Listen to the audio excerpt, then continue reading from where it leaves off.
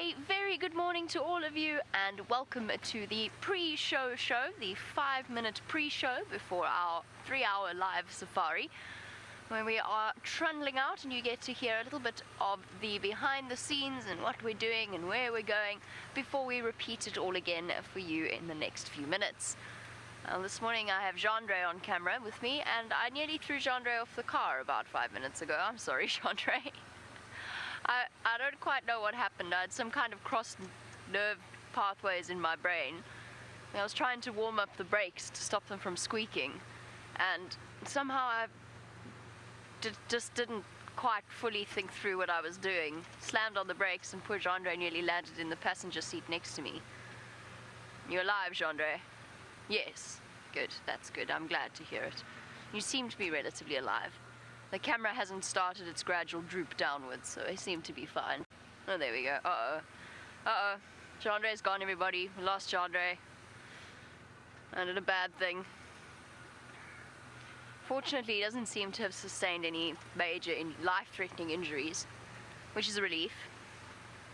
Because then we would have had to wake up Brian, wouldn't we? Oh no, he's walking this morning.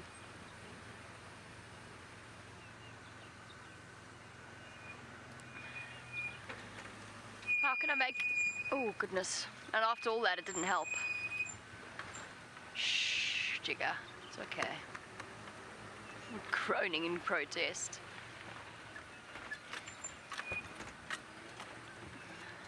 Had an interesting moment with Jigger yesterday. We had some very nice gentlemen in to patch up and fix the cars. And we are currently hosting a few special guests, so we all went down to breakfast at Voyatella Lodge, having set the gentlemen up with the vehicles to fix them, put spare parts on. Obviously we'd traced all the problems of the vehicles and all sorts of things, and when I got back I came to have a look at how they were doing, and they said to me, yeah, we're all sorted and Wendy's looking good and we've put on this and we're busy with the transfer box and all is well. And I looked at the car that they were working on and it was Jigger. So Jigger is now sporting all of Wendy's new spare parts, for which I'm sure she is very grateful. She now has brand new spanking seals on her transfer box and all sorts of other fancy things that cars need.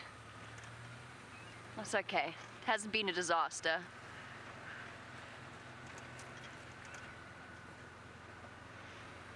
I did also, in a minor panic, try and contact Steph to let him know, only to realize he was at his son's nativity play. So then I felt even worse.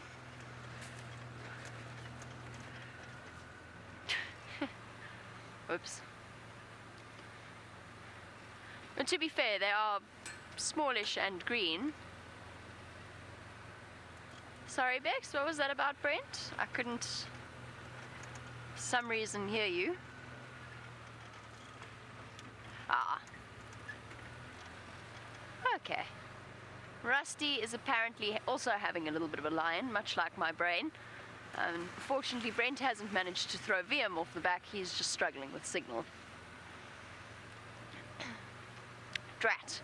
I would have gone to last position of Karula, which I know Brent is planning on doing. But we're on our way to Cheetah Plains because today is National Cheetah Day. And that is where we have the best chance of seeing a cheetah. And it should be round about, not that they have any kind of regular routine, should be round about the time that we see them again. Oh, marvelous.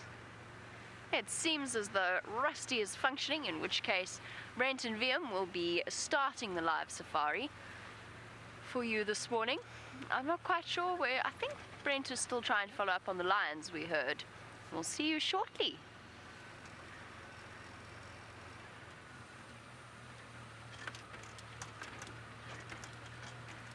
This program features live coverage of an African safari and may include animal kills and carcasses. Viewer discretion is advised. Welcome to the dawn chorus. The birds are singing, the lions are roaring. This is Safari Live. Ready.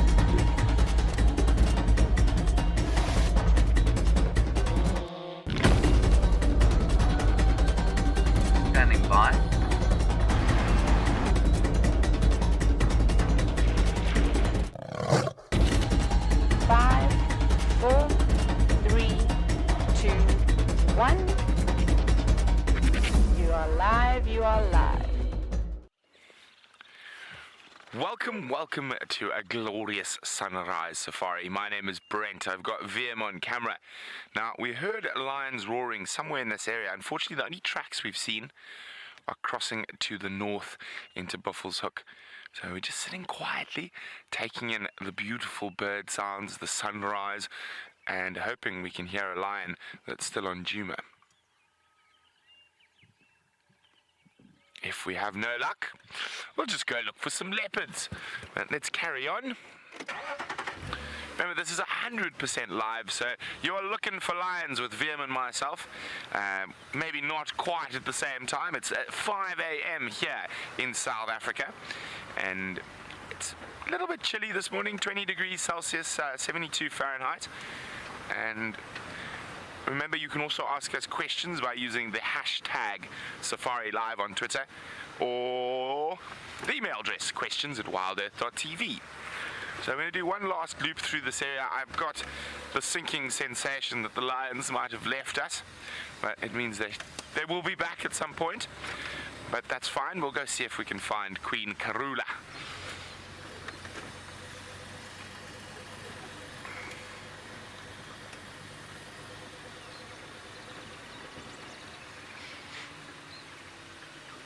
And the birds are very vocal on this beautiful, beautiful clear morning.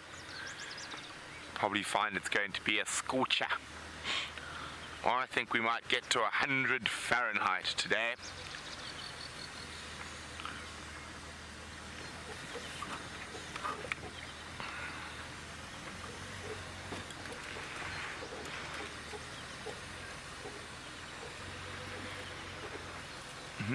Where are the kitty cats this morning? Oh, there we go. Hello, little Diker. Oh, disappear. Oh, there he is. Female Diker.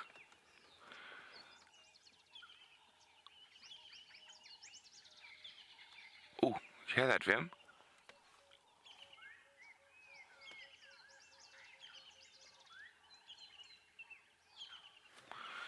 Funny, I heard something up ahead. I'm not 100% sure what that was. It just caught us a tail end. It almost sounded like it could be a contact call of lions. VM says he heard contact calls behind his room, which is just over here. So maybe the lions got split during a hunt, and we'll find some of them.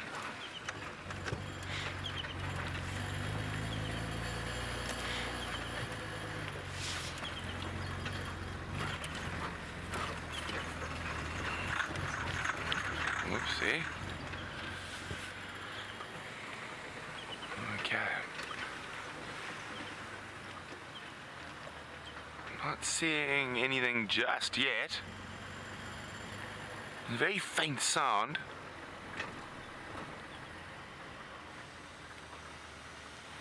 Nope, no lions here.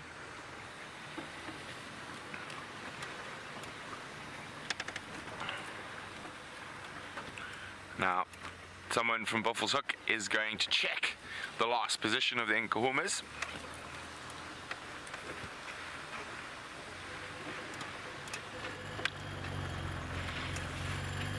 Okay, we're going to keep doing, or we're going to finish our last loop. If we get no sign of the lions here, we're going to go try see if Karula and Hosanna and Shangila are possibly still in the same spot they were yesterday. But while we do that, let's go say good morning to Jamie. And a very good morning, official good morning to all of you, and welcome to the Sunrise Safari, where we are starting off with a very vocal troop of baboons, or at least they were vocal up until a moment ago. What a lovely way to start off, with the troop that we've actually seen regularly in this particular spot, which is just near the Mulwati drainage line, which is a big dried out river. I wanted to try and let you hear the sounds of the baboons. Unfortunately, it seems to be the ones behind me that are making the biggest racket.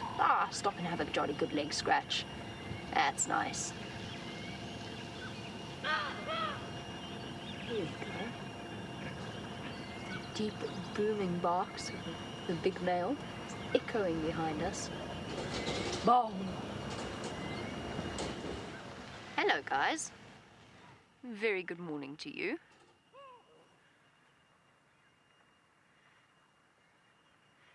Sorry everybody, just letting one of the other vehicles on their way out come past. Cheers. There we go.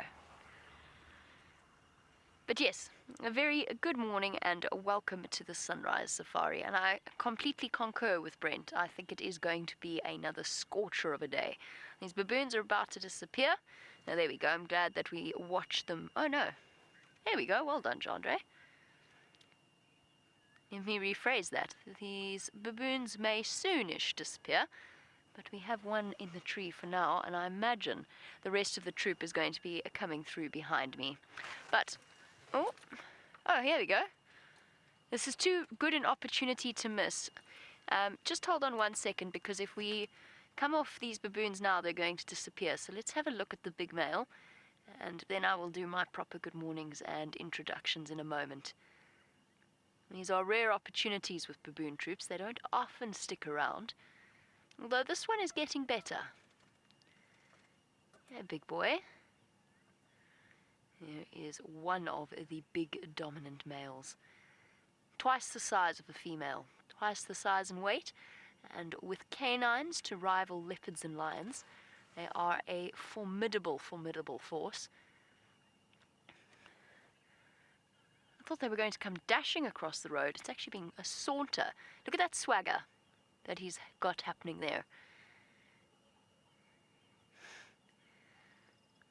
There we go. Profound swelling underneath the tails of some of the individuals tells us that they're females, not quite in estrus, but they are sexually mature females, possibly about to come into estrus. It's one animal where, one of the primates where color plays an enormous role in letting them know about sexual receptiveness.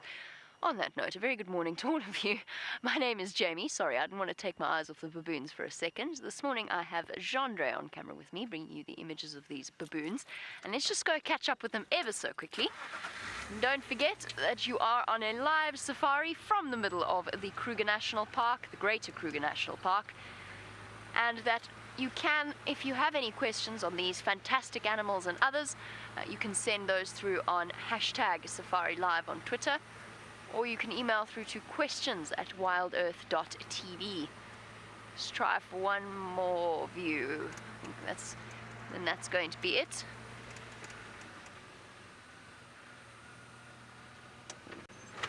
There we go, that's the last clear spot. And the entire troop moving through. If this is the troop that I'm thinking of, they actually only have one very large male, which can be quite unusual in baboons. You often have more than one. In fact, you usually have more than one. They have a very interesting social hierarchy. Whoop. An elegant-ish descent.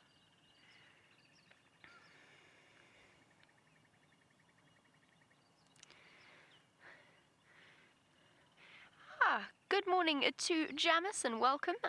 My first question of the morning. We want to know, why is it that baboons' tails look like they are broken like that? It's an interesting one. One of the theories put forward as to why baboons have those tails, because of course they're not quite as agile or as arboreal as monkeys. So their tails don't play such an enormous role in their climbing. One of the theories as to why they are propped up at that angle, is particularly for females, because in the first few months or the first few weeks of their babies' lives, they have to wander around on 3 legs with their babies clutched to their chests. Obviously, that's not very practical and not very safe. So as soon as the babies are old enough, they get onto their mom's backs and they ride piggyback style. But supposedly the tail acts as a nice little backrest for them. Interestingly enough, the angle of the tail, I don't know exactly, nobody really knows exactly why it is they've got that distinctive kink in the tail. I think it's just more practical, but it does start to droop. The older the baboon gets, and I can't, but researchers can actually roughly, if they can't get a view of the baboon's teeth, they can sort of roughly estimate baboons' ages by, once they're adult and once they're mature, by the droop of their tail. So there you go. It's an interesting aging factor in baboons, funnily enough. But as to why they are the shape that they are, I think it's residual tails. I think that they used to, probably would have found that they used to serve could have served a purpose like monkeys in terms of acting almost like a fifth limb. The vervet monkeys are a particularly good example of that. You'll watch them, they use their tails all the time. Baboons are good at climbing, but not quite as good as vervet monkeys, and they do spend a lot more time on the ground. And that's one of the reasons why the males are as big as they are, to ensure that they can act as a very intimidating force, even for something like a leopard. I think, unfortunately, they've moved off. Michael, you wanted to know if baboon troops have set territories. Yes, they have set home ranges. They don't necessarily go about, as far as I know, they don't go about marking a territory, which is actually really the definition of a territory. A home range is the entire piece of land that an animal will utilize. A territory is something that the animal actively defends. So, for example, the Nkuhumas at the moment, they have a massive home range that goes all the way to the Manyeleti, Simbambili, Arathusa. But up until relatively recently, their territory that they were regularly roaring in, regularly calling in, and I'm sorry, this actually does tie into baboons, in that there is a baby impala over there. And interestingly enough, it's a difficult one, but it might decide their mom's going to move. There's little one. Sorry, I'll get back to your question, Michael, in a second. Oh, little one. It's so wobbly. Now, this little one does actually have to be careful. And for the most part, baboons and impala get on very well. Impala are often found browsing beneath the trees that baboons are feeding up in, because they get to eat the fruits and the leaves and the debris that the baboons knock down. But it is not unheard of for a baboon to catch and kill an impala lamb.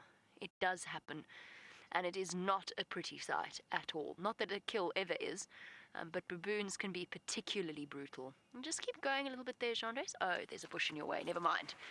I saw another little antelope, but I don't know if I imagined it. If I'm hallucinating bushbuck this morning. I am. Or it's run away. It's more likely that it's run away. Possibly away from the... No, it's there. Can you see?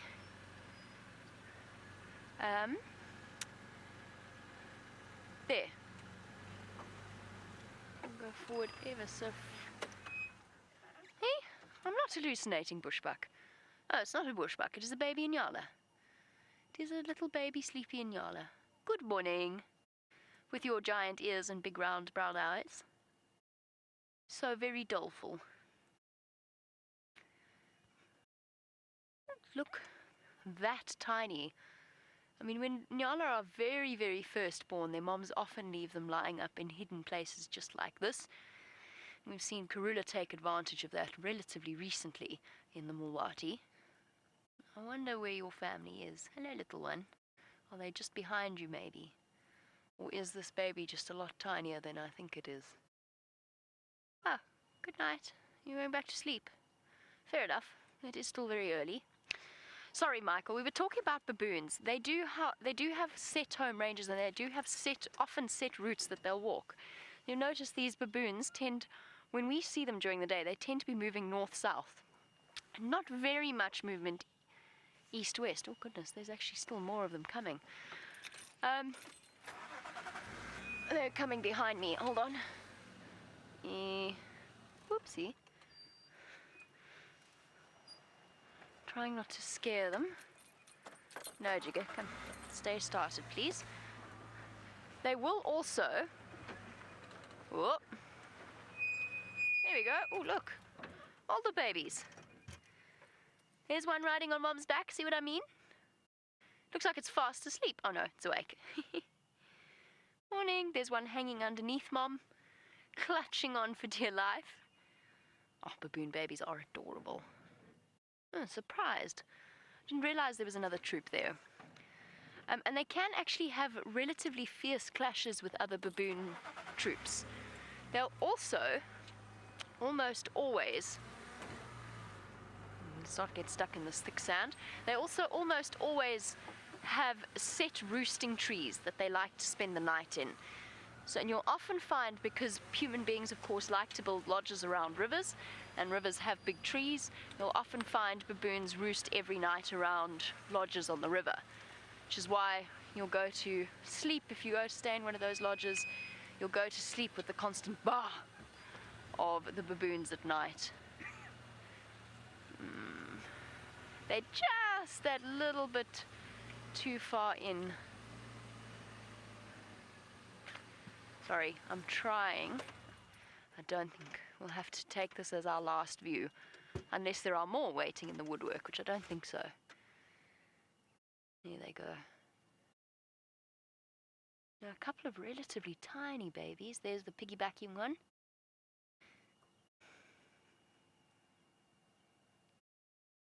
Cool. Very nice. Now, I think we might be done.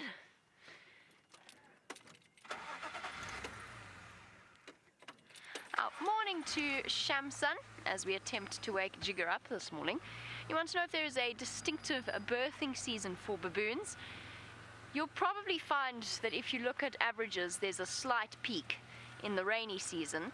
And there may even be a more pronounced peak in the rainy season, just because there's more food available, there's plenty of fruit.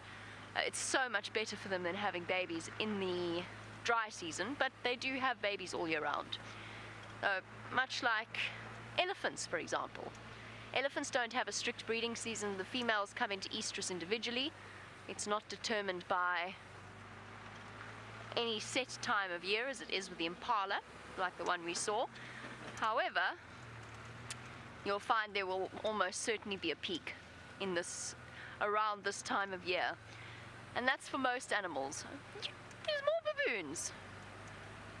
Where did you come from? Look at you all. Right, I'm going to stop saying our baboon sighting is over, because so far that has proved to be 100% false. And they keep popping out of everywhere. And there's one perfectly silhouetted. Now I hear tell, although I did not see it, and I'm quite sorry that I didn't see it, because I think it would have given me a good chuckle, that when you were with James yesterday on the Sunset Safari, Chandra, were you with James yesterday? You were, when the branch broke under the baboon. It sounded hilarious. I can only imagine that James's narration made it even more so. Apparently yesterday a baboon sat on a slightly rotten branch, and it's sort of caved underneath the baboon's weight. You know, these dead trees are not always that stable. That's a very cool silhouette. Almost silhouette.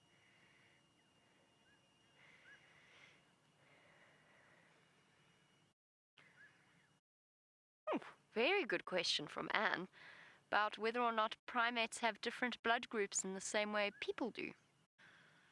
I have absolutely no idea. I honestly don't. I am open to hearing about whether or not they have different blood types. I really don't know. My suspicion would be that for something like a chimpanzee, yes, since of course there's a very, very close relationship between the DNA of chimpanzees and the DNA of humans. Very, very little difference. Sorry, I'm just listening to James. He's just got up and out, driving our special guests around. I bet James would know. I have no idea, but that's a really good question. Down you go. And dare I say our baboon sighting is over, or shall I be proved to be incorrect once again? It's entirely possible.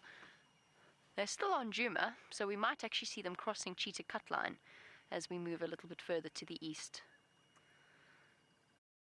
I honestly I'm thinking so much about the blood type now. Very interesting. And a good morning to Gail. Speaking of baboons, which we have seen them a little bit more regularly. Dale, not Gail, Dale, I'm sorry. Dale, good morning to you, Dale. and Gail, if you want to know this as well, wherever you happen to be. But Dale, more specifically, Dale, you want to know if baboons will hunt and kill their own meat or if they will rob from things like leopards. Now, they can hunt their own. It is relatively unusual in times of plenty and in times of summer, but they are opportunistic, and you'll find that just like all of the predators, there are some that are more specialized in it than others. And it's most common examples of baboon predation. It's not even common enough for them to be called predators, but you'll find in most cases of baboon predation it is impala lambs, just because they are so vulnerable, and it naturally will be the big males. And you'll find, from what I've read in the research, it seems to be that some baboon troops and some groups of males will be better specialized at it, and they'll actually learn, which primates do.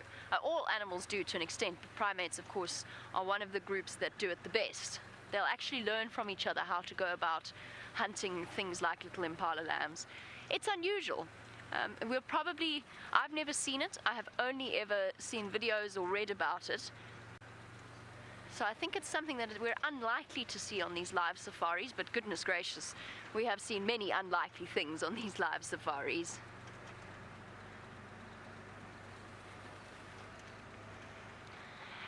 And there you go, another question relating to baboon predation.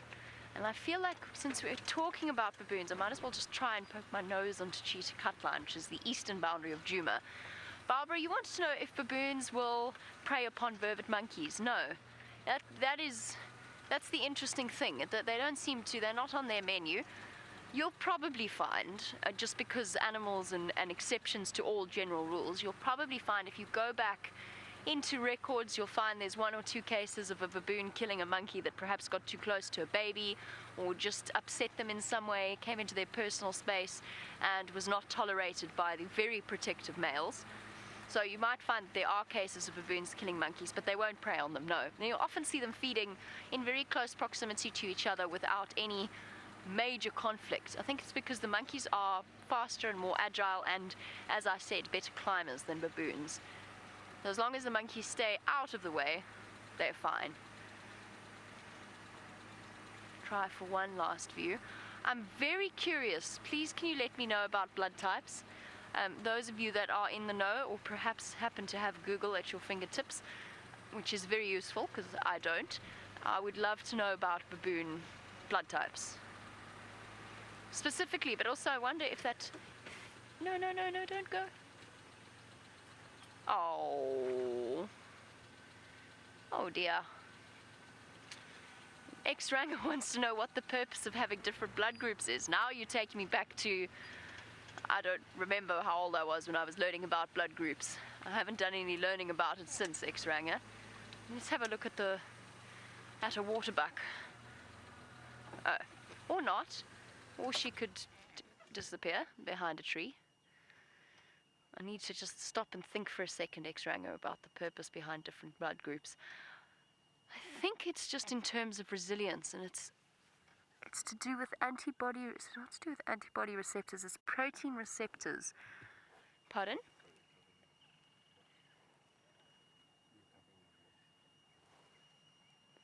Oh, sorry.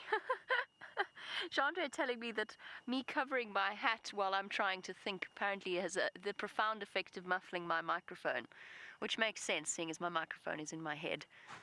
Sorry, Chandra, and everybody else. I assume genetic variability in terms of different blood types, as with any genetic variability, is going to give certain sectors of a population certain resistance against certain things.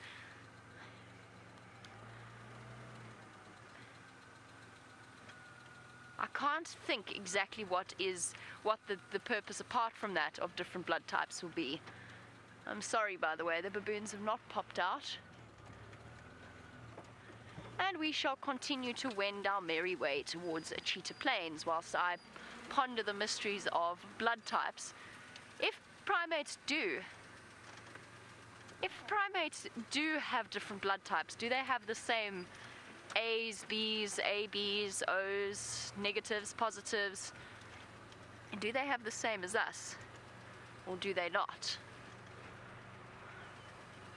That's another interesting question.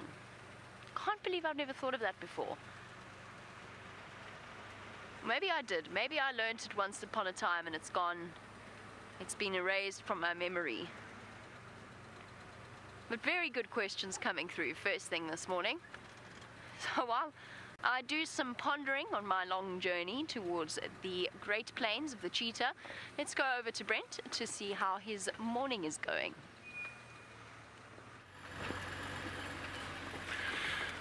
Okay, well, we've now circled twice, and there was a report that the lions were at the Djuma Pan, but I've just got a report that their tracks head deeper into Buffalo's Hook, so I'm a little bit confused. I can't find any tracks in this area, so I think we're going to go look for Queen Karula.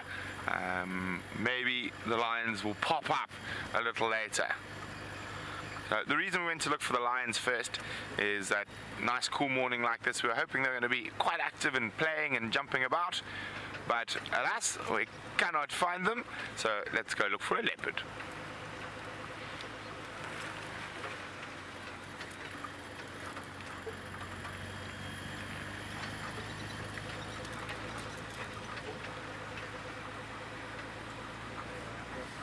What you got? Oh, there we go, well spotted, Vim. Oh, he might not go far. One of the noisiest birds at the moment. You got him there, Vim. He's through the bush. I think there might be a gap there. There he is. A little to the right. A little bit to the right. There. There he is. A Levalance cuckoo. Very, very noisy at the moment.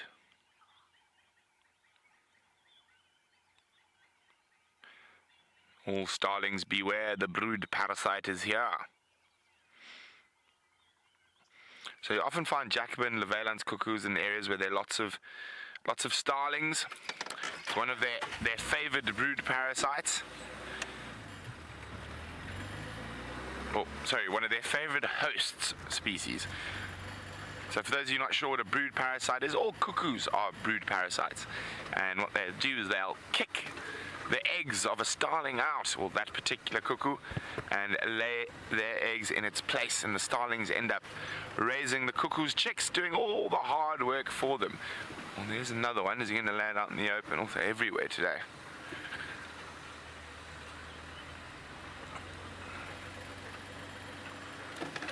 There we go, that one's landed out in the open.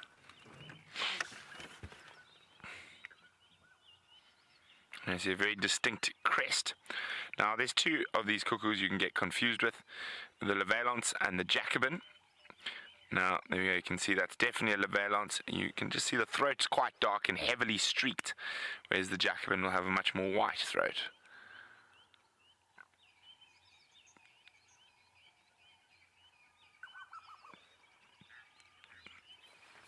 All over the place, calling, making noises. Another one there.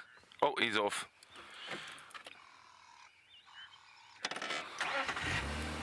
But yes, this little section through here in the thickets around the Gallagher Pan seems to be striped cuckoo hangouts, and there's always a lot of Birchall starlings here, so it could be that there's quite a few Birchall starlings nests in this area, and that is why all the cuckoos are here.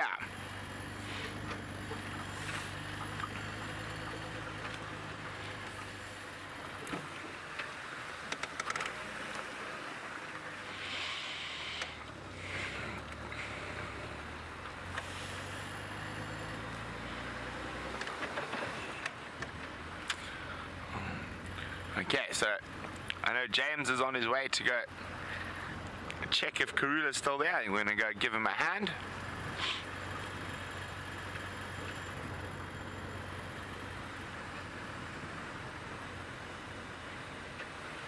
James is, of course, doing what I did yesterday and driving our guests.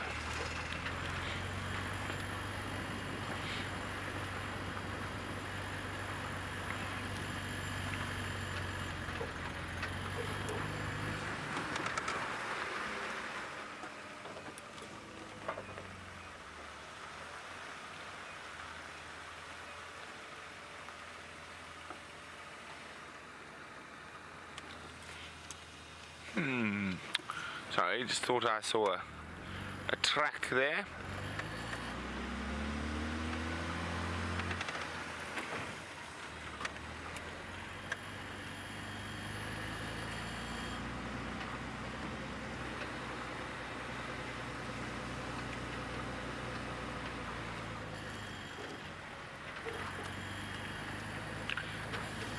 And James is going to check in from the east. We'll come down from the west. Just let him know. James, no sign of the pride around that area. I'm going to give you a hand following up on Krula.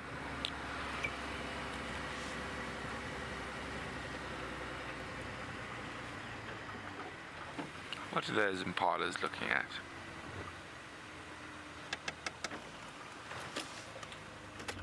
It's very pretty light. The impalas steering to the north.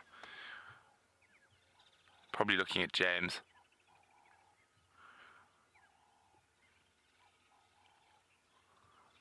Beautiful morning here in the Sabi Sands. There's a still pregnant female.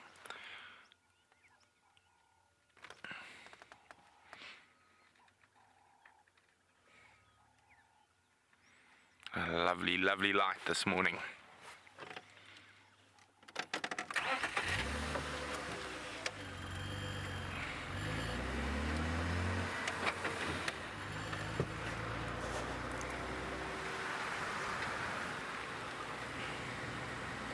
Now, I wonder if Hosanna has rejoined Krula and Shongile. Not sure how they got split up, but there were baboon tracks in the area. That's a possibility.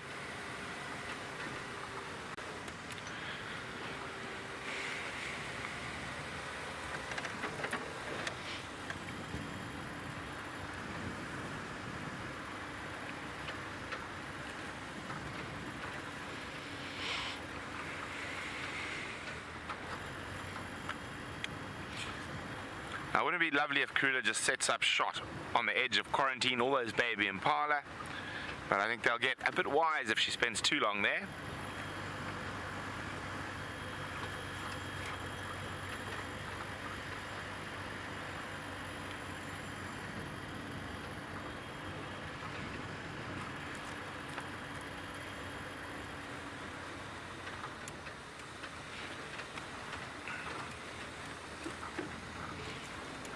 So just making sure she didn't sneak out towards Zoe's road. So far, no tracks. Oh dear. Now, that was from the incredible wind I'm sure we've had in the last few days. That the dying and rotting boerbean, it's lost some of its branches. Strong winds. Dead trees. Don't like them.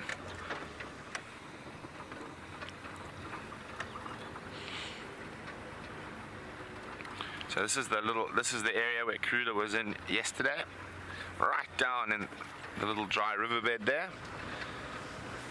Actually, you can see the tree she was under exactly from here.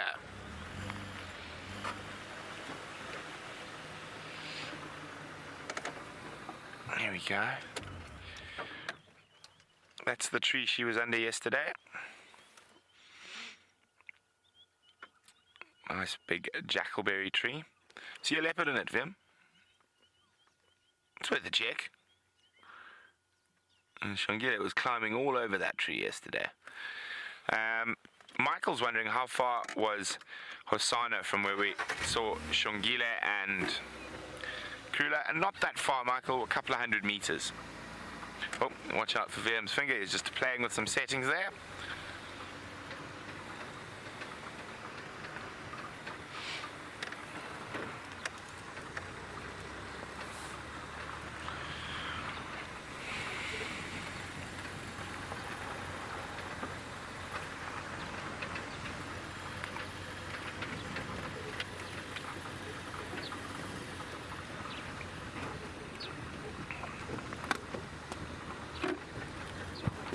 Oh, it's going to be a very bright day today. The sun is already shining brightly, and it's barely after 5 a.m.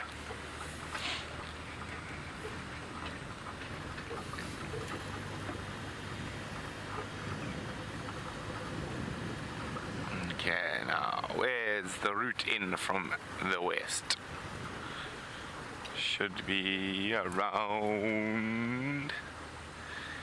here.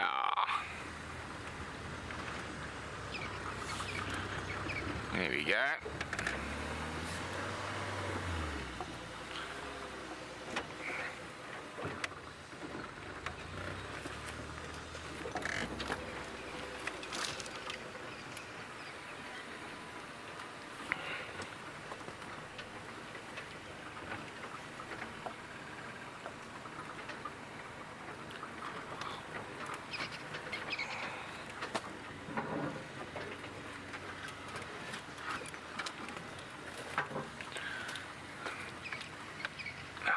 That tree we looked at from the distance is just in front of us here.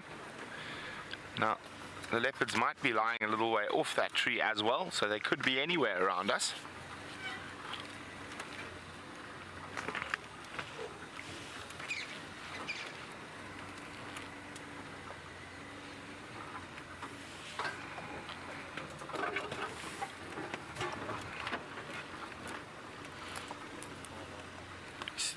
Vim sees there's some impala off to the right of us.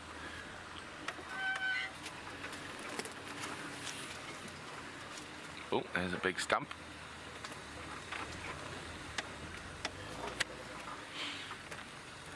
Now, impalas.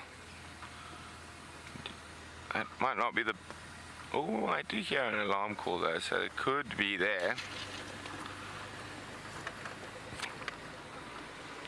Thought I heard a Franklin. Choo, choo.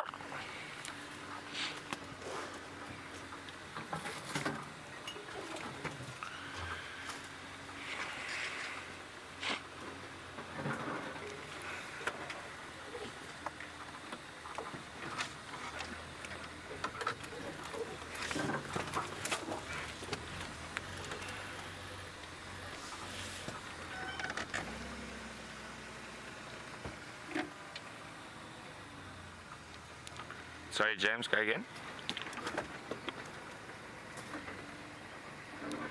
I copy. I'm going to head down towards Philemon's. I'm just going to try to check where the carcass was yesterday. Okay, so James says he hasn't had any luck. And it doesn't look like there's any impala left. Let's have a quick look from this side.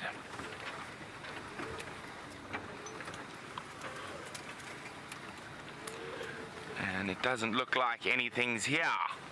So the queen has moved on, but that's good. We like a little bit of a challenge, so we're going to go try see if we can find her. So with a baby impala, there's not... Oh, lots of spider webs.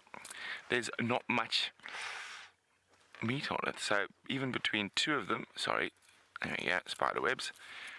It's not going to last long. She might have gone to look for young Hosanna, so I think we're going to head down towards that Philemon's Dip area where we last saw him. Maybe we'll find some tracks of all three of them. Likes to make us work hard, Karula. That is not a good noise for a car that has just been serviced.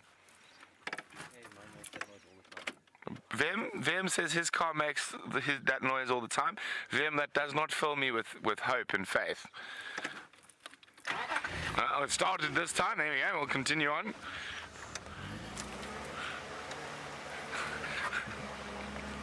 Fortunately, if we were stuck, James was close by. He could have given us a lift home. Will he have given us a lift home is a completely different story.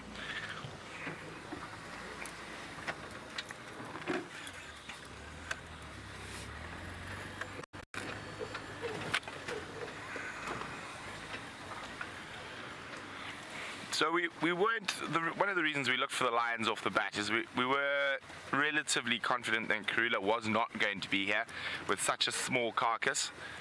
It wouldn't have taken her too long, even with just one of the cubs present, to finish that.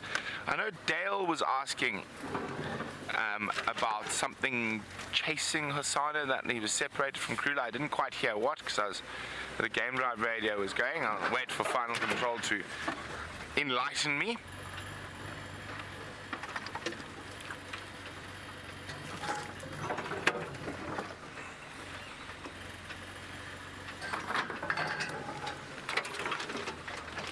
there seem to be no lumens coming from Final Control to lighten the situation.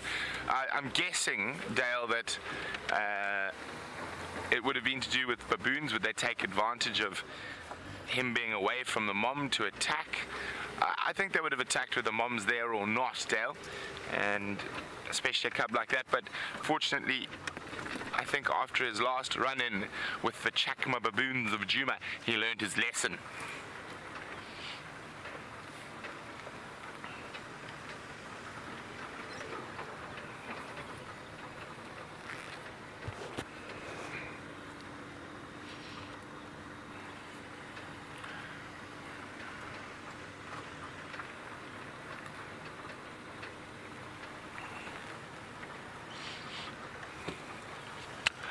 Hi Frank, and welcome to Safari Live. Frank is a new viewer.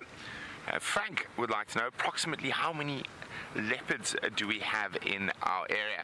Well, Frank, in the greater Kruger, which is 8.5 million acres, is estimated between 2,000 and 2,500 leopards. But in our area alone, leopards we see regularly 10, but in nearly 2 years, I think I've seen 26 or 27 different leopards. So some pass through, never to be seen again. Some set up territory. So, but regularly, I'd say it's probably 10. It's Karula, Shadow, Tundi, Nkanyeni, Tingana, Anderson.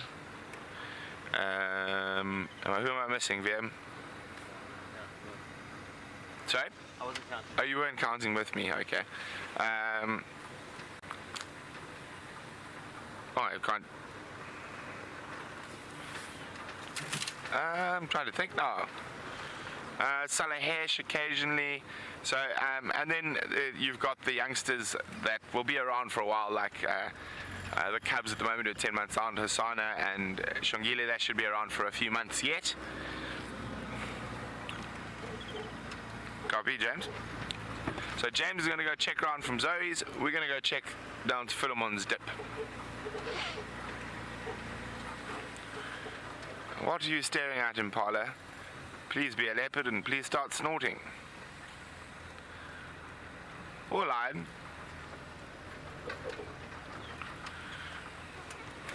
What are you staring so intently at? But no snorts just yet. It's always worth having a check. Now you're looking at us. Okay. Wasting my time, Impala. Wasting my time.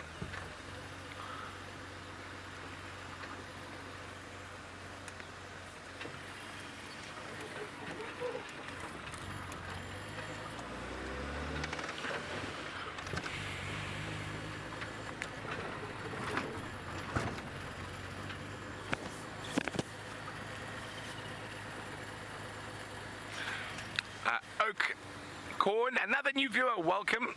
Oak Corn is wondering how quarantine got its name. Well, this is quarantine, it's an open area to the left of us here. And of course also quarantine is also the name of a leopard. Well, this area got its name due to the fact that when they were attempting to farm cattle in this area, this is where the cattle were quarantined before they were moved off to other areas. And Quarantine the leopard got his name because this is after he became independent of his mum. He used to spend a lot of time hunting the impala around the quarantine clearings. Okay, so now we're in track mode. We've slowed down. We're going to go quite slowly, make sure we don't miss any footprints.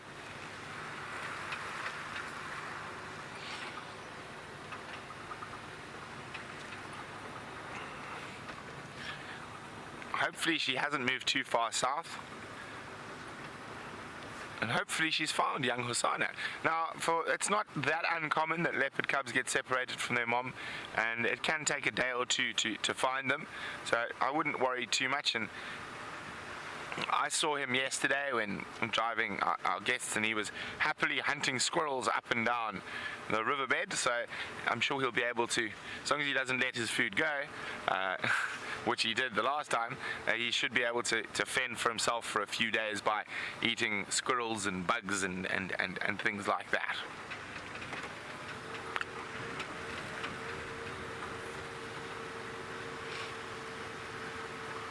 So most likely route for Krula would have actually been to come straight down this river system, either to continue towards the Mawati, or she might have cut the block and headed towards Twin Dams. So that's what we're looking for very carefully, to see where exactly her tracks go. The last place we saw Hasana was just here and just downstream of Philemon's Dip.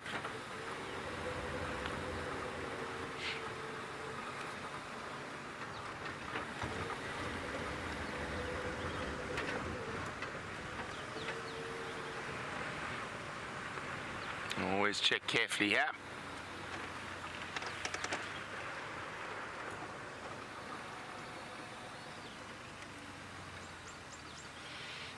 So the last place I saw him was napping just down here.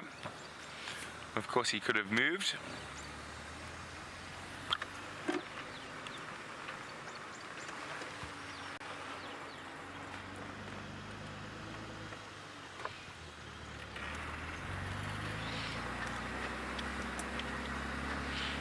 Now when we get to road junctions, always a good place to look for tracks.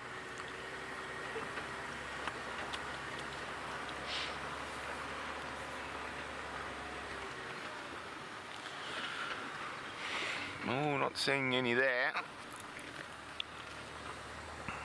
Oh, what's that there? No.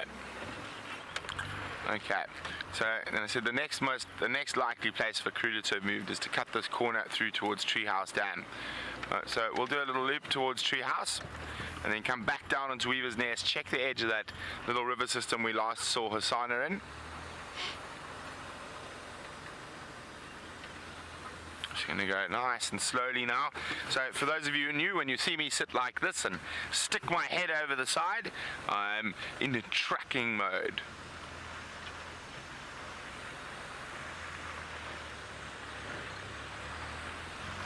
You hear that, Vim?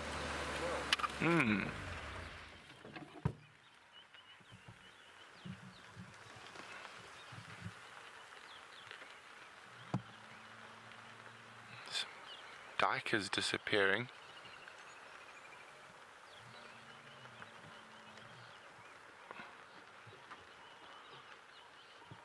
There's another diker there, which is never bodes well for the presence of leopards. Let's just go have a quick look. Because Hasana might not have moved too far if he hasn't found his mom.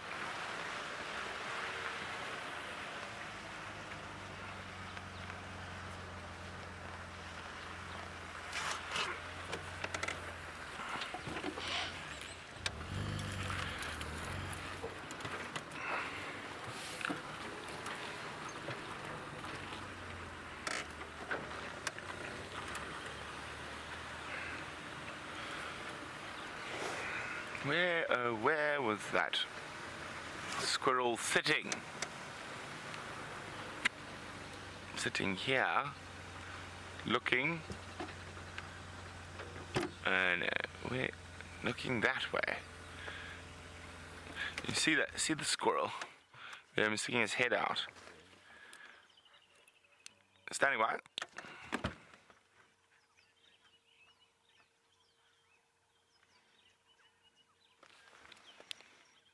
Byron, now we're following up on Krula. She's not in the last position, so if you guys are willing to check in that area, it'd be great.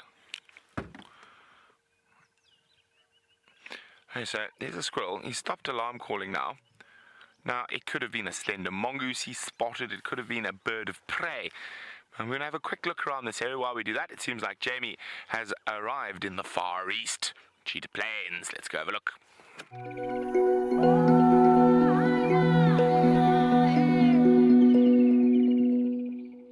And jumping all the way to the Far East, we are in fact and have arrived safely on Cheetah Plains and are just bumbling around to see what we can see.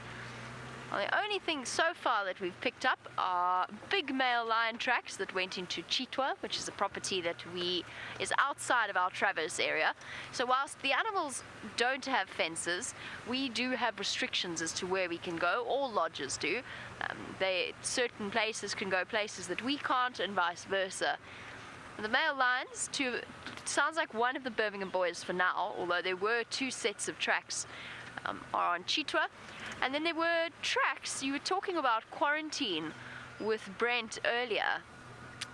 There were in fact tracks of one large male leopard crossing into Torchwood from the driveway, and it's always a little bit sad when you see tracks like that, because they were just so beautifully crisp and fresh that I knew that they were probably only a couple of hours old at the most. We not just missed him, but there was a point at which not too long ago a big male leopard walked all the way from Cheetah Plains and into Torchwood. My guess would be it's quarantine. The leopard with the curious name, who I have had a chance to see I think I've only seen him 3 times, actually. So it's been a relatively rare experience that I've had to spend time with him. Brent, I know, has spent a great deal more time with him, obviously. I started working here just as quarantine and Kanyuma basically dispersed away from Juba. So I just missed out on seeing them. And I think, because as far as I know, Shimbambalana, who is their older brother, as far as I know, who I've never seen either, he doesn't really move that far west. Could also be Tingana. It is right on the boundary, or what we understand to be the boundary of his territory. I'm not sure which leopard it was, but a big male leopard went into Torchwood. Now, today is National Cheetah Day. Earlier on, we were talking about blood types. Now, there's an animal that I'm going to guess and say does not have any different blood types, just because cheetah are known for their exceptionally poor genetic variability. So at some point in the last couple of thousand years, it is International Cheetah Day. I suppose that is a very valid distinction. It is International Cheetah Day. But at some point in the last few thousand years ago, the cheetah population bottlenecked, and as a result, the surviving members of that particular bottleneck have very little genetic variability. But thank you to those of you who sent through all of the information on primate blood types, and to Diane and many others, very much appreciated. So apparently the answer to that is that old world monkeys, so we're right about chimpanzees, old world monkeys, which includes baboons, do show signs of having different blood types. The apes, correct me if I'm wrong, they do express the AB, ABO antigens in their blood, whereas with something like baboons, it's not quite so clear, and it is expressed in other tissues of the body, but not necessarily in the blood. So there we go, some very interesting information coming through. An antigen, that was the word I was looking for, not antibody. Did you see that little antelope there, Jean-André? On the right, on the right of the tree. That doesn't really help you, does it? Oh, good, it moved. Thank you, little steenbokkie. Little female. Last time I was on Cheetah Plains, I saw a very pregnant female steenbok, but it wasn't quite here. Does that steenbok's tail look ridiculously short, or is it just that I haven't looked at a steenbok's tail in a while? Here we go. That is in fact, for our new viewers, a full-sized antelope. That is her adult size. Oh, bye-bye. Spooked. That is in fact a full-sized antelope. They're just very, very, very small. Right, I have a question.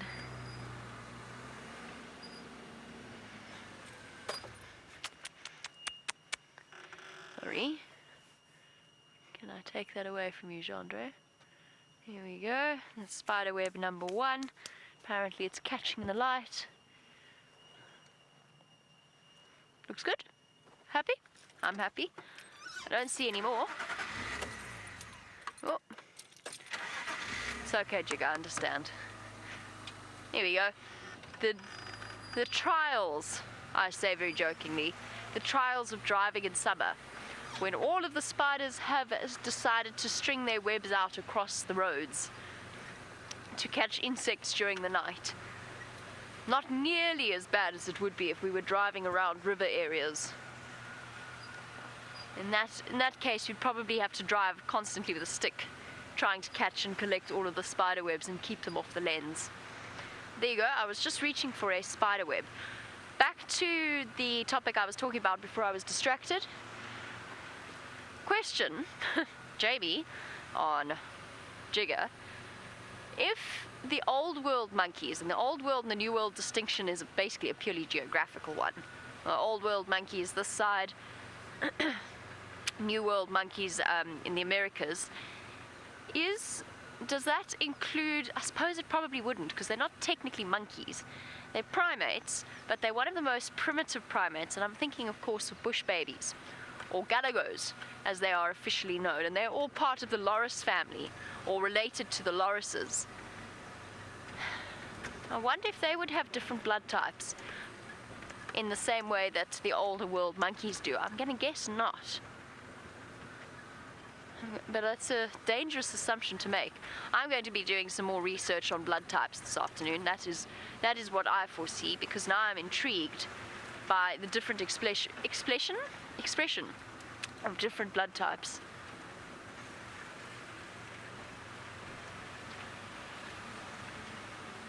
Cheetah, as I said, I would be surprised if there's a huge amount of variability. And that is our project for the day, is to try and find you some cheetah on International Cheetah Day. A celebration of one of the most unique of the big cats, and of course also one of the rarest in number.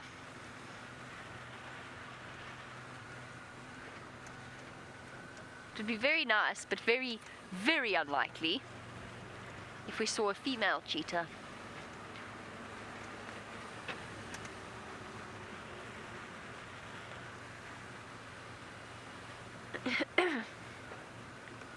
Now, speaking of our big cats and speaking of female cheetah, which we unfortunately very seldom see, I think Brent said he saw one once in his time on driving around the northern Sabi Sand. Virginia, good morning to you. You want to know in terms of cub statistics, because of course Brent started off the morning looking for lion and leopard cubs. I'm looking for cheetah. Statistically, what is the most likely to survive? What has the highest rate of survival? You'll probably find that it is lions in terms of cub mortality. Cheetah really, really do struggle. And again, it's so difficult because cub mortality rates, I'm not going to say they're conjecture, because that's not actually what I mean, and they are based on science, but they can be very area specific. If you are in an area where there are no lions, for example, and very little competition, there's a chance that your female cheetah are going to be more successful in raising cubs, and therefore their success rate would be statistically higher. But I would say on average, lion cubs probably have the best chance, provided a male doesn't come in and take over the territory, because that of course drops your average right down, and your cub survival rate is very, very low. So it would probably be lions, but there's not much in it. Cheetah are probably the worst off, especially in areas like the ones that we're in, or the ones that we move around in, where there is a massive, not massive, but there is a large population of lions, actually concentration of lions in this area. Sorry, I'm just checking the vast open area of the cheetah plains.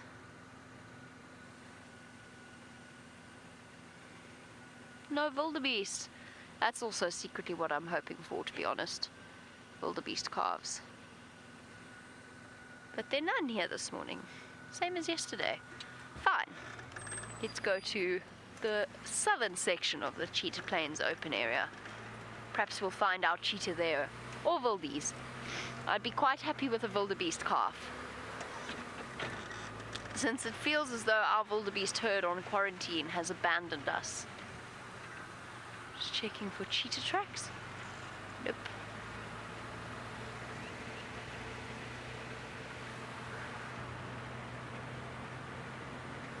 It is amazing to see the vast difference in these areas over the last few weeks, where we couldn't we couldn't go around a corner without encountering an elephant herd or a buffalo herd.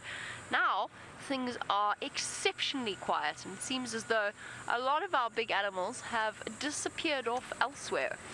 Now, that does mean that it will make Byron's life slightly easier as he moves out on foot. He is out and about, so let's head all the way back to Djuma so that he can say good morning.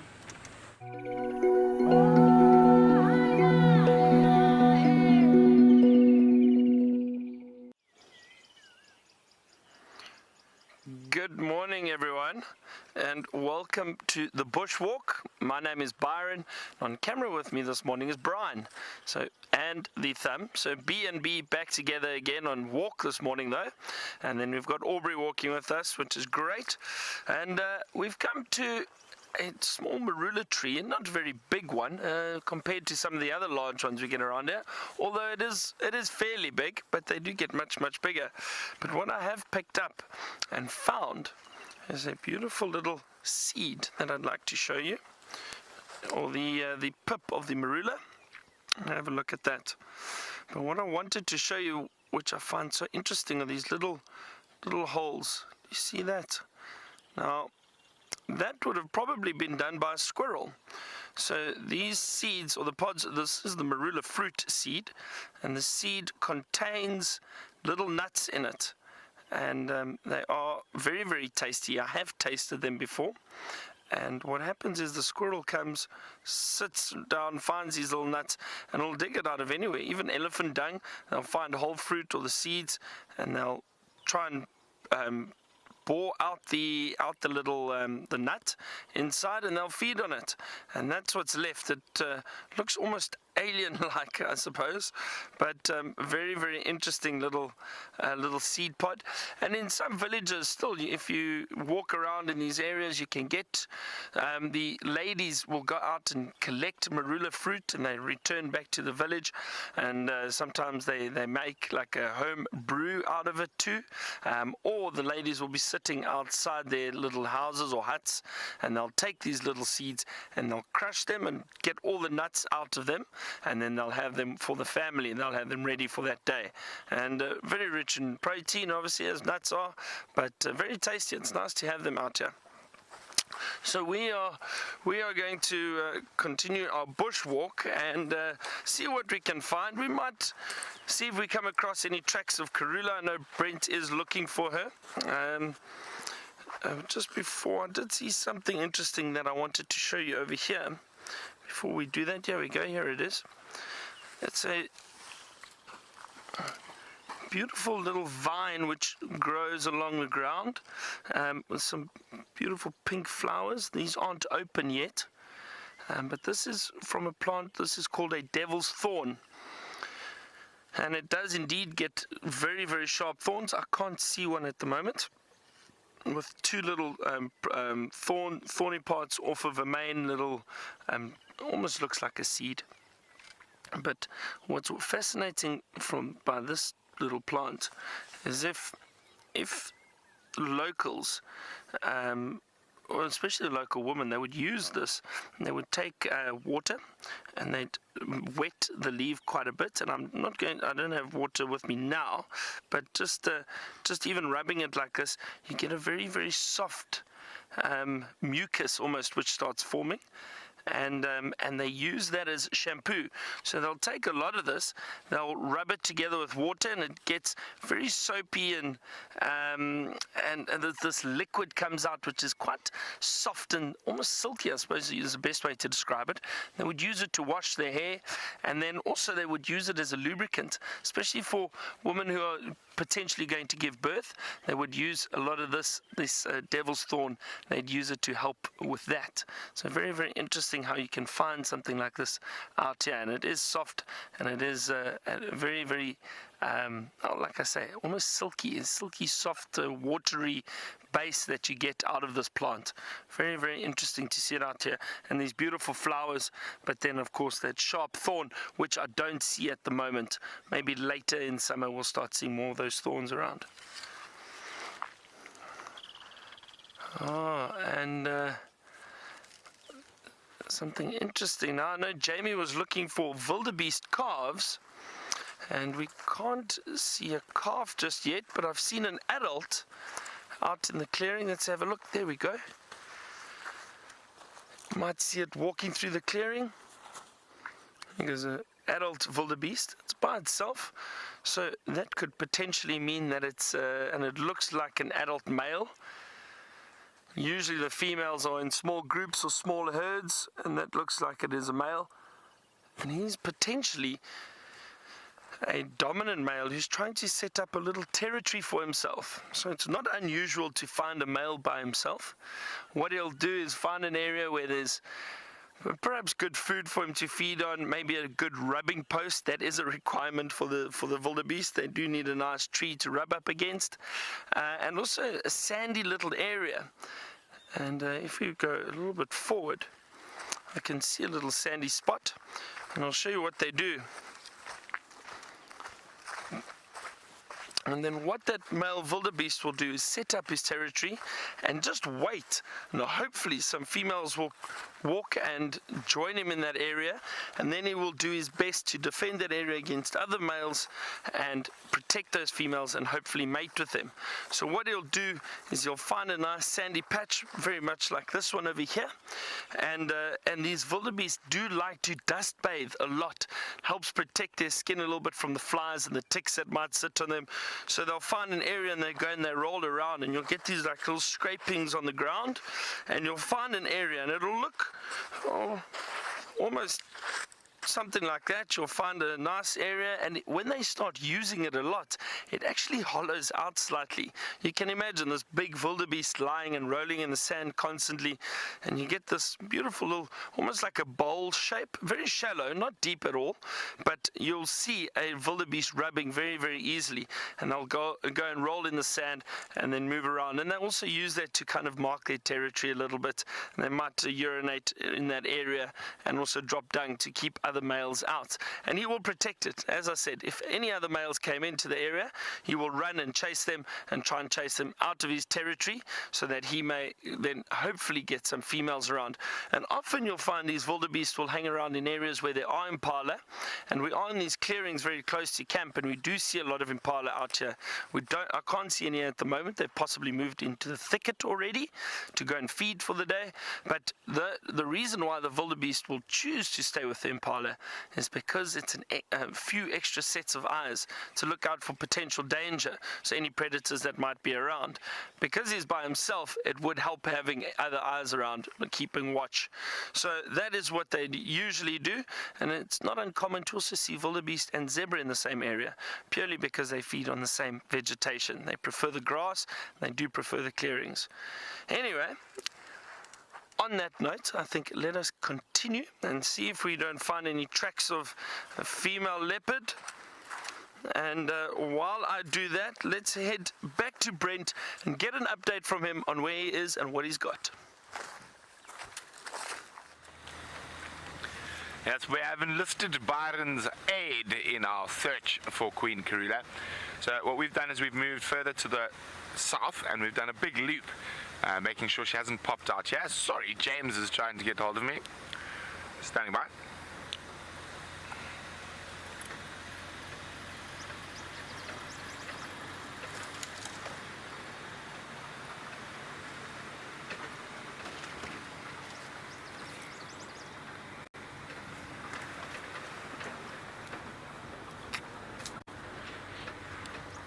Copy, thanks, good luck.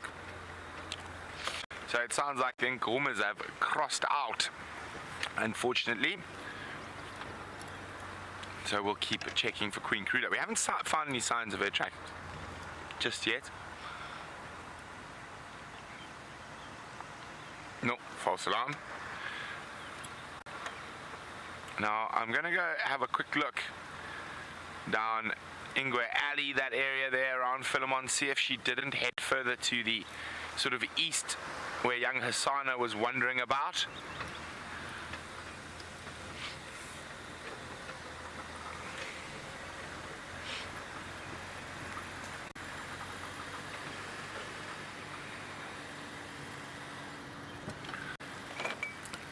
Standing by.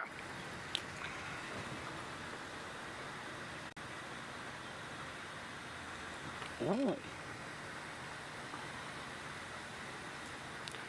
Copy. Do you want me to check towards Sydney's, that side?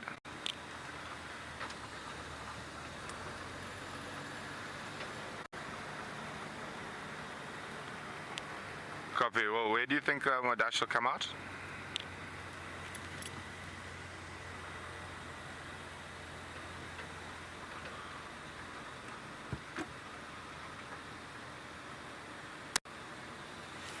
Copy. Thanks very much, William.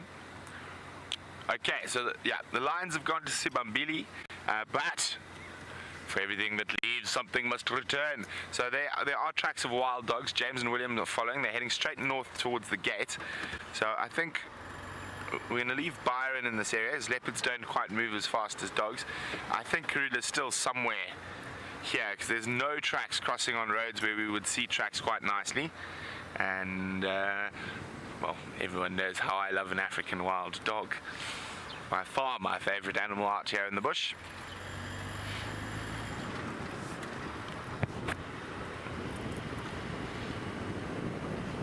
Now, with all the baby impala around, it's not impossible that Karula's made another kill quite quickly.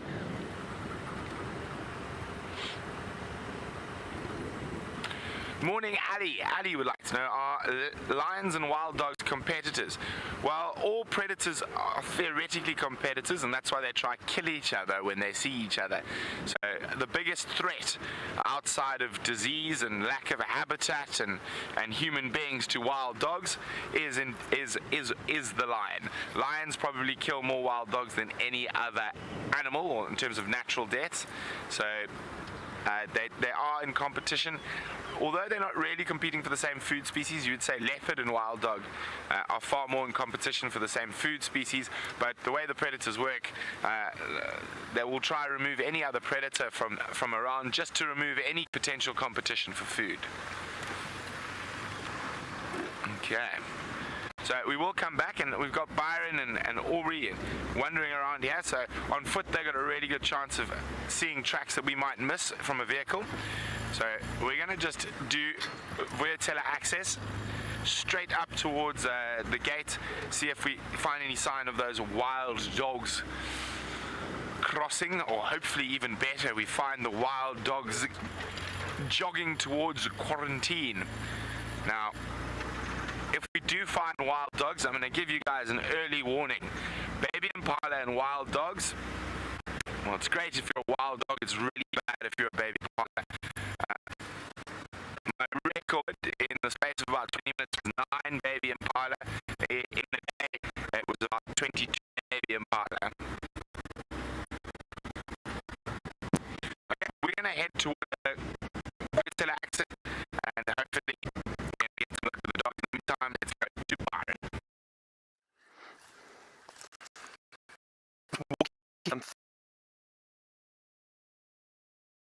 Just after 6 a.m. here, and already I can feel it's going to be a very, very hot day. And something interesting that I just have spotted is what looks like the start of a termite mound. But why I find it so so interesting is that the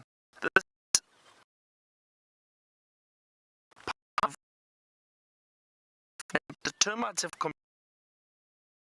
and build. Oh, sorry about that. It seems as though poor Byron lost signal on his bushwalk, but as you know, live safaris, sometimes things go wrong. There's a huge amount of technical know-how and things that go into bringing you live bushwalks, and sometimes they don't always work out exactly as planned. However, your timing is perfect, because I'm busy trying to puzzle something out, and it's something to do with the tracks that are on the ground in front of me. And we've got a male leopard track here. At first I thought I was looking at a cheetah track, and jumped out most excited. Not that I'm not excited to see a leopard track, but it seems as though it is not a cheetah. In fact, it definitely isn't a cheetah track. So I'm going to hop out to show you what it is you're looking at for those of you that are new to these safaris, just briefly. My puzzle is, I think this was the best one, wasn't it, John Doe? My puzzle is, these tracks are fresh. They're from last night. The question is how fresh. So these are the toes. of the leopard. And there we go, that's the back of its foot, so the 3 lobes at the back of the foot. And just in terms of sheer size, it tells me immediately that it is in fact a male leopard and not a female. And the fresh, crisp, clear outlines of these tracks that might not be terribly clear to you, but to me, I can see that these were made last night, at the very least. And they're going straight north, what's that direction? West. They're going straight northwest. Now the question is, are they the same, is this the same leopard that popped out and went to Torchwood? And has in fact been found on Torchwood, although it hasn't been clarified exactly who it was. Because let me give you a rough idea of where we are. Hold on. Let's see if I can make this work. Bear with me a second. Let me get up my map to help you to orientate yourself. So, I'm going to keep my screen in the shade just to reduce the glare. We are that blue dot over there. This is the Kruger National Park over here. This is Mala Mala down here. This is the road we've just driven on. Check the open areas. And when you last saw me, I was there at Cheetah Plains Pan. To the north of us is Nkoro. The tracks are going in a direct, this sort of direction. And the tracks that I found popped out roughly here, on this road here, and then crossed into Torchwood. Now, so that's the way in which, obviously that red line is the way in which we go into Cheetah Plains. Leopards can, when they're on a mission, they can and they do walk a very direct straight line. A lot of the time they don't. We all know that the joke about Karula and the fact that she doesn't necessarily pick a direction. But you see my dilemma here. I'm not 100% sure. They're roughly the same size. In fact, they're almost exactly the same size. We know that Shimbambalana and Quarantine move around these areas. So it could be 2. That's quite a big distance. But leopards move big distances all of the time. That distance is, I just thought of something. No, it does make sense. I'm sorry, I'm just thinking, because they have found a leopard in Torchwood, but it's slightly just to the north of Nkoro. But it could be one of 2. It's a little bit too confusing. So I think what we'll do is we'll check and see if we can't catch where the tracks. Oh, awesome. Well done, Gendre. Cool. Oh. Wait, hold on. No, wait, come back. Wait, we want to just look at you. There you go. Okay, that's fine. You are beautiful. Hi. Isn't she beautiful? Or he? Beautiful. A mantis with a face that makes you clearly see what characters they are. Look at the antennas responding to my finger. Or not. Now it's stopped. It's absolutely wonderful. Well done, Gendre. Wonder if it'll box me, like the one that boxed James. Hello. Phenomenally lightning fast predators, or predatory insects. Hello. With fantastically good eyesight. You can see those massive eyes that are now staring at me with what I can only describe as actually quite an intimidating expression. I'm not sure maybe if it's just the spacing of the eyes, but I do know that mantids can see very well. And then have a look at the hooks on the bottom of its legs. And that, or bottom of its front legs, sorry. And that is what this particular insect uses to grab onto its prey. So a big thank you to Gendre for managing to catch this particular mantid.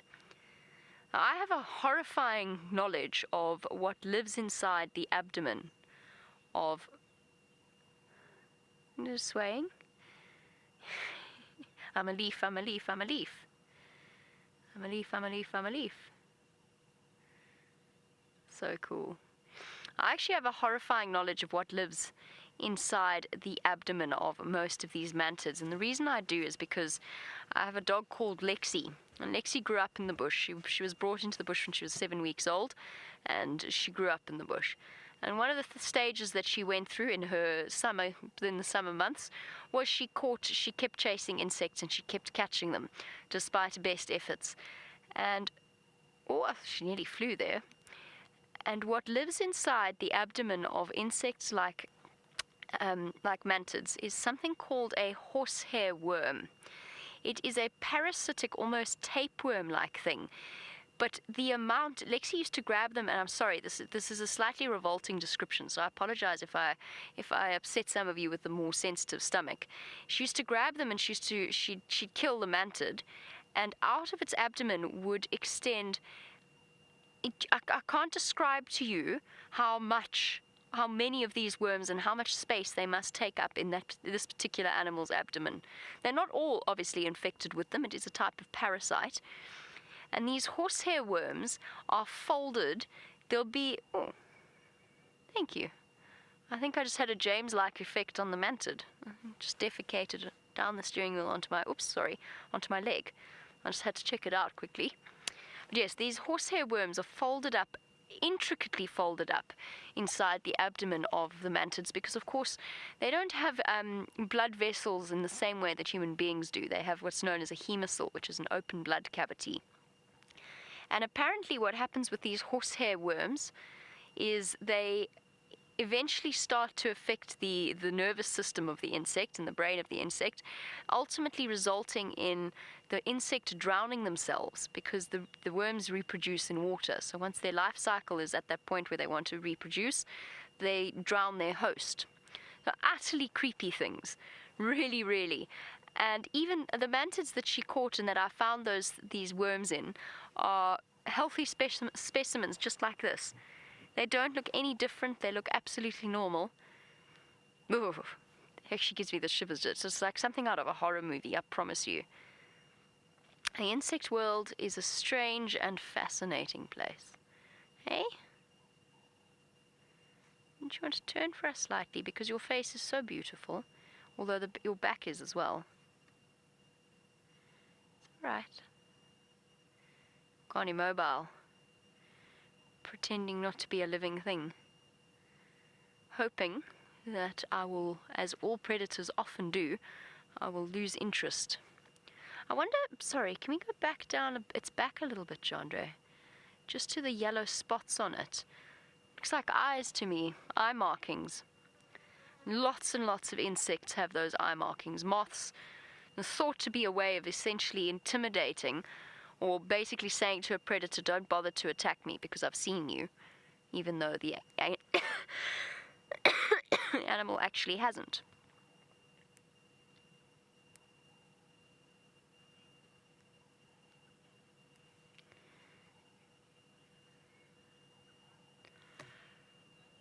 Aqua, I had heard about that, and I have to confess, I find that horrifying, and I don't know why, maybe horrifying is the wrong word, although I hear what you're saying. So Aqua tells me that, and it's something I have heard before, that the mantis in the USA can catch hummingbirds. That's terrifying, isn't it? What is it about that? Because we're okay with bee eaters catching mantises and hornbills catching mantises, but the thought of it working the other way around, I wonder what it is that makes us so innately afraid of that sort of thing, or makes us so, it feels so, it's not wrong, but it feels out of the swing of things, like the world has gone topsy-turvy. But thank you, Aqua, that is horrifying in its own way. The thought of a mantid that's able to catch a hummingbird. I mean, a hummingbird's not a big bird, but it's still. We often have conversations. Somehow I end up often having these conversations with VM, strangely enough. Conversations about how lucky we are that evolution has not favored large insects. I mean, large as in the size of small dogs or something. Oh, we're getting a view of the wings. I wonder if it's injured in some way that it can't fly, or perhaps it's reaching the end of its life cycle.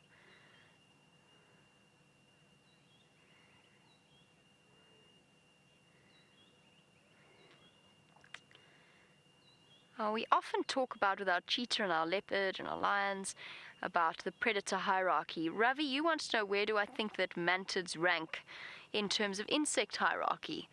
And very appropriately, as you said that, a spider hunting wasp flew past. I didn't see it, but I could hear it. Ravi, I don't know that we can classify insects in quite the same way we can mammals, just because obviously there are so many different species of insects, and their families are enormous. So we often when we're talking about the names of insects, we're actually talking about families rather than specific insects, because they come in such a variety of shapes and sizes. A big mantid ranks probably quite high, along with something like a hunting wasp, like the spider hunting wasp that we saw. Longhorn beetles can be phenomenally intimidating. Not longhorn, sorry, wood borer beetles. But that's not because they're predatory so much as they have these vicious looking mandibles. We're talking about insects, but in terms of arthropods, it gets even more complicated, because then you start looking at spiders and scorpions and centipedes. So I think it's a little bit, Ravi, I think it's a little bit more tricky to classify properly in terms of a hierarchy. Is there a predatory insect that I'm forgetting? An actively predatory, yes, ground beetles. Ground beetles like assassin bugs and blister beetles, they're predatory. They run around catching things all the time. So it's a bit tricky to create a hierarchy, although mantids probably are relatively high. Now, our particular friend here is grabbing at my finger. I just wanted to see if I could turn her around. Seems to be sort of gearing up for a little bit of a... Every now and again, her wings come out. But I don't think this is a fully healthy mantid. I think it probably would have tried to fly away by now.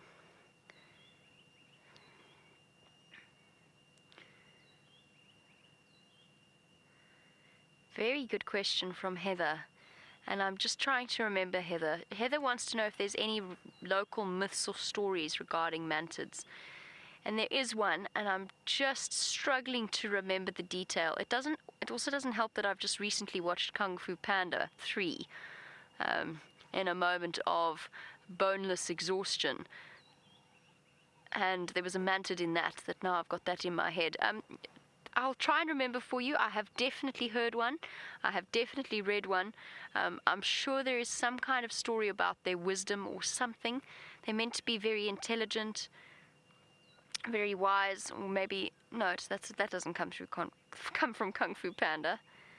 Sorry, can I have my finger back? Thank you. Right, what are we going to do with you? You want to name him, Gendre? The mantid. Mallory. What did you go with? Manly the mantid. Sorry? Manly. Manly the mantid. What if it's a lady? I did say him, you are right. Valid point.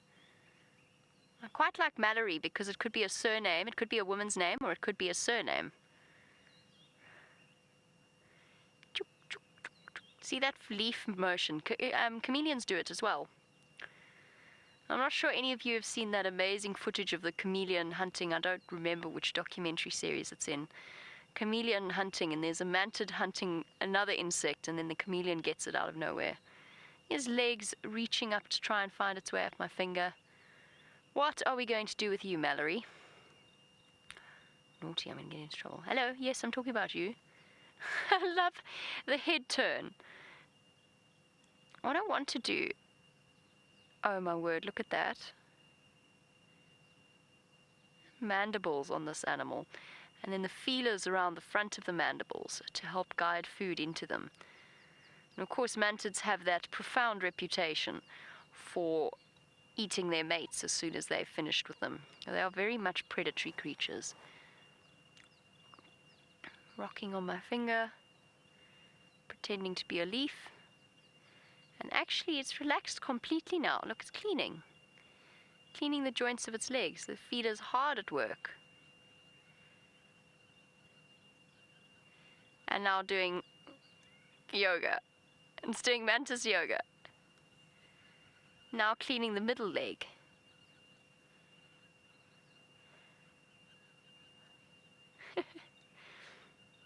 That is so fascinating.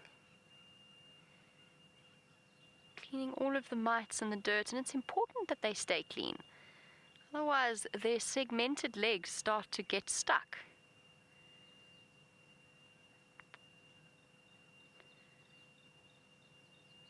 Right, are we done now? We're clean. Jandre, if I hold Mallory up close to your camera, will you be able to get a good view of the face or the jaws? I will bring it right up for you. How's that?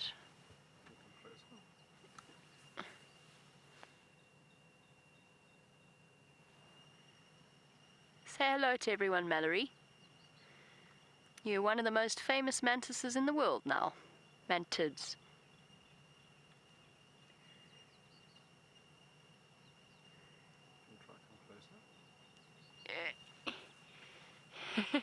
I need longer arms. I need Brent-length arms for this.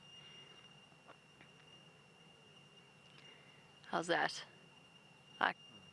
In this position, I definitely can't see what you're seeing. Hello. And that? It's shy. Jandre is assisting me by providing a tripod.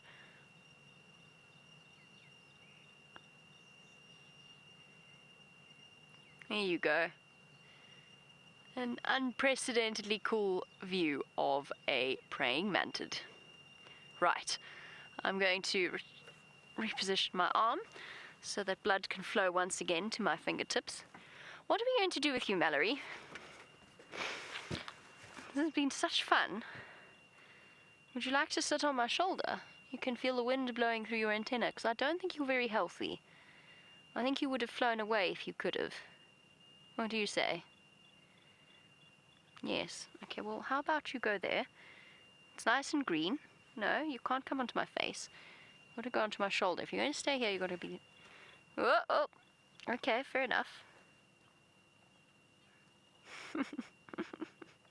You are going to get so tangled. Okay, on the top of my head it is then. Mallory, off we go. Mallory the mantid has found itself in prime position. Let's go. Let's go see about these leopard tracks. Well done, Jandre. The fascinating find of the morning. Okay, I'm just going to drive slowly. I actually don't think... Watch the thorns there. I actually don't think, unfortunately, as much as I would like to, I don't think Mallory can stay on the top of my hat. Hello?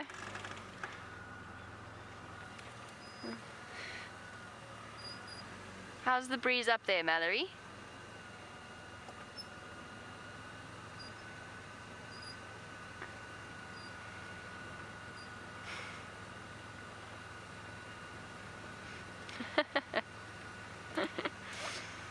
I will at some point have to remove my now pet praying mantid. I think that Mallory has been with us since we left the DRC. We did see it earlier as we got into the vehicle and then lost track of it. Well done to Jandre for finding it. Did you want to get off there, Mallory? To the left? To the right? I'll have to return Mallory back to whence it came from. He, she.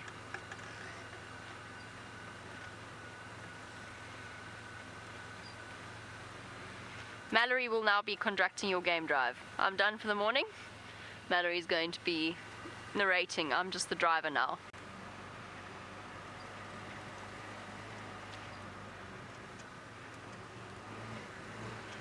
Okay, I'm really concerned it's going to go flying off.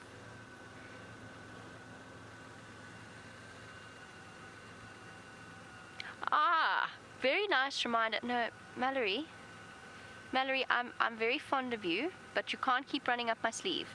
This isn't working out for me. It's not you, it's me. Oh. Goodness. Okay, so, alright. Okay, fine. Okay, here we go.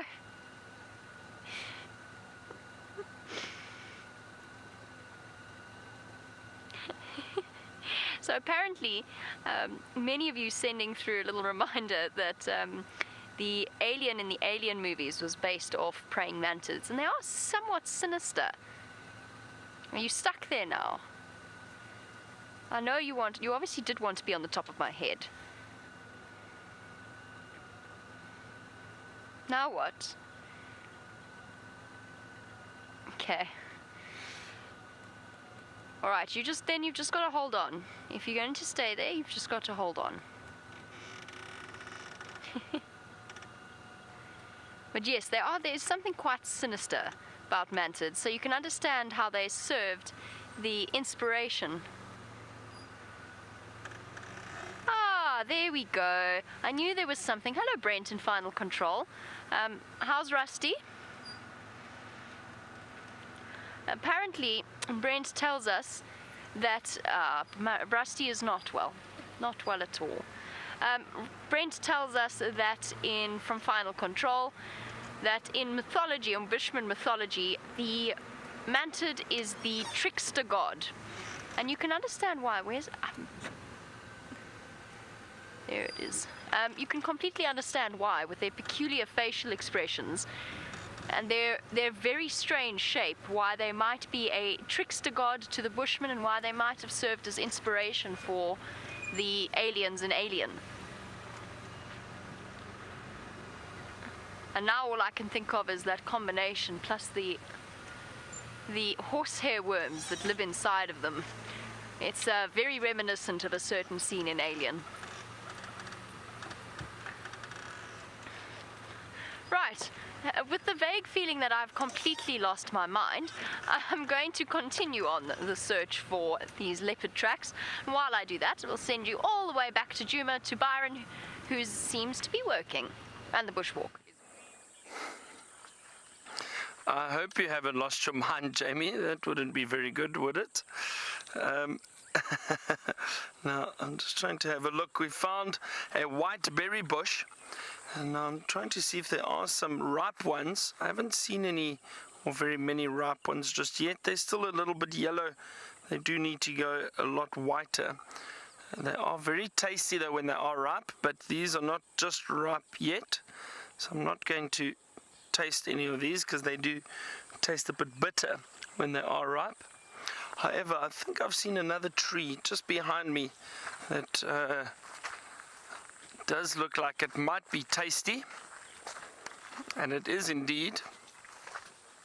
Now this is definitely one of my favorite trees. It's called a buffalo thorn, and I'm sure some of you would have seen it before on the show. It is incredibly dangerous.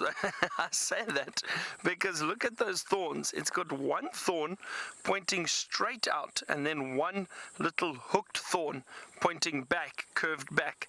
Now this is a fascinating tree, and I know a lot of guides do know this tree because it is a tree that we get out here a lot, and they do speak about it a lot, but it is fascinating, and it's got a lot of cultural connection to it too.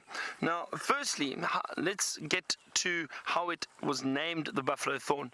So the scientific name is Ziziphus mucronata.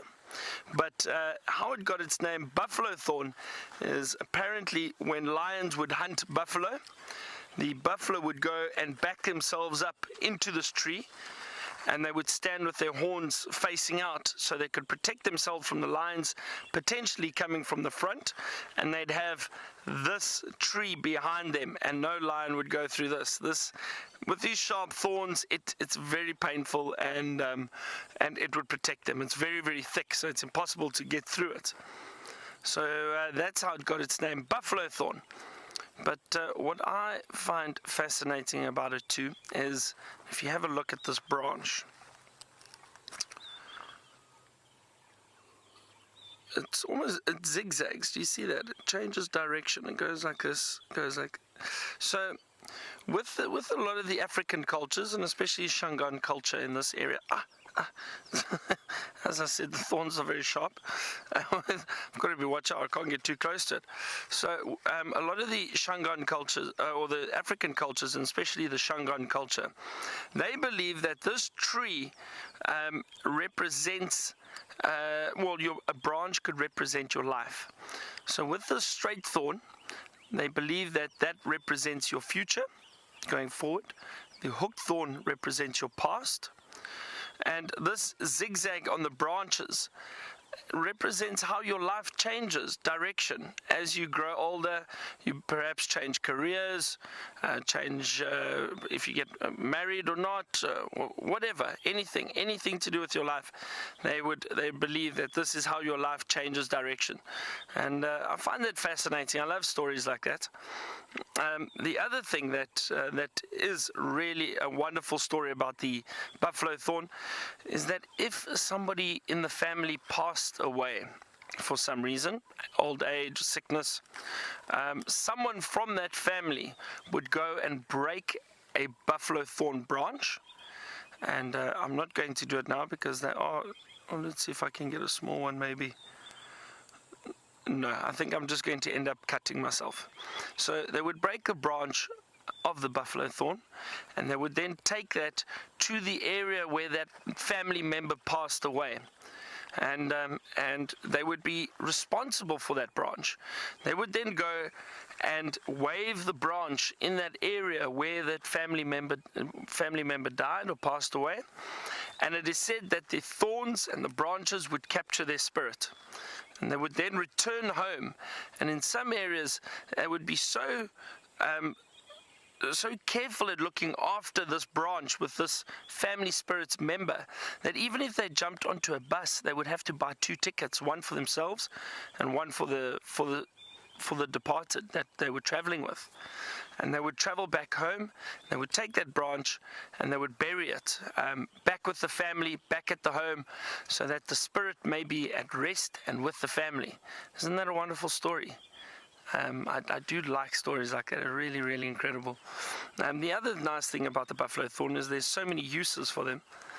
But these beautiful, crisp green leaves are very, very tasty. And it's a general rule out here that if you find a tree that's got incredibly sharp thorns on them, the leaves are probably good to eat, because these thorns are there to protect them from browsers so that they don't eat the tree constantly. Other trees that don't have thorns and have big, what look like juicy leaves, probably have a very high tannin content, so they don't taste very good. So this would be really nice to eat, and I do know that these are very nice to eat. You can use it as a lettuce substitute in a salad perhaps, if you're out here.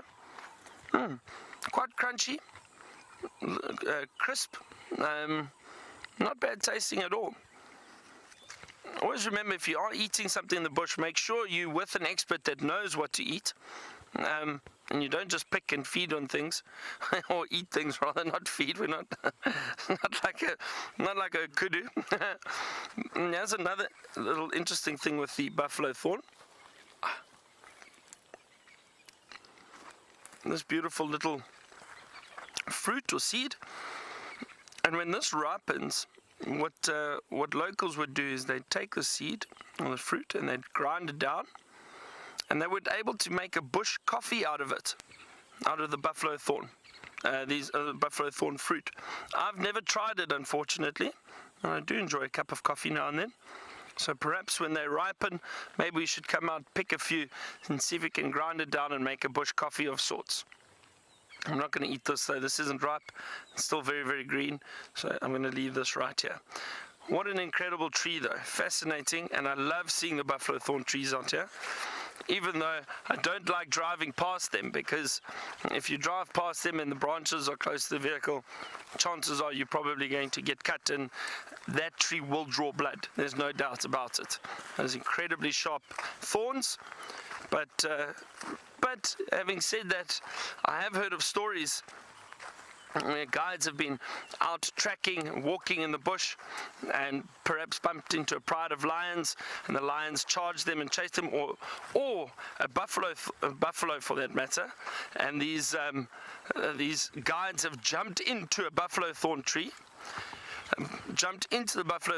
to get away from the buffalo, and usually what happens is you have to go and cut them out because they can't climb out. Those thorns are just too bad. So they get up there very quickly, but then coming down is another story. So just be very, very careful if you do see that while you're around. All right, so we're going to continue on our walk, see what else we can find, and while I do that, it sounds like Brent is ready and back on Rusty. Let's go get an update. Well, we are out again, fortunately, after our brief interlude in final control, where we got to see a mantid crawling all over Jamie.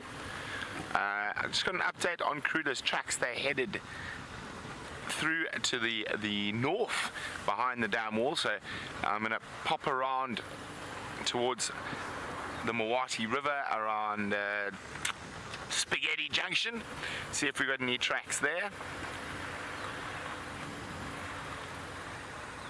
And as I said, unfortunately, the Nkuhumas look like they have crossed. They don't look like they've crossed. Their tracks have crossed, and there are no tracks coming back.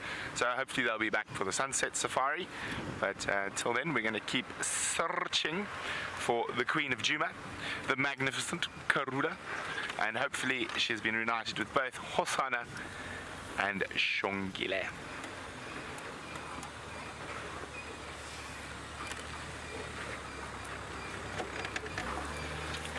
And just to keep everyone updated, since we did mention him earlier this morning, a firm favourite leopard of everyone's, I think, it's safe to say, everyone who's been watching for a while, Mr. Quarantine, Mr. Q, he has been found in a Torchwood on an Impala kill, so he is doing well. Unfortunately, he's not on G to plan, so Jamie is not going to be able to find him. Okay, no signs of any tracks yet. Also, I wouldn't mind some Ellies this morning, but Ellies have been really scarce at the moment. Just passing through, not hanging around too much.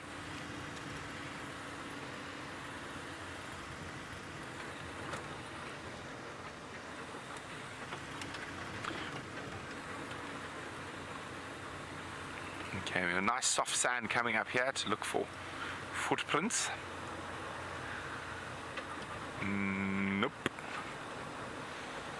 I'm hoping she's ducked down into the Mawati, maybe walking down the Mawati. It's another good area to hunt for impala. You've got nice thickets on the edge of the Mawati River, and then you've got this open floodplain section that follows Twin Dams Road.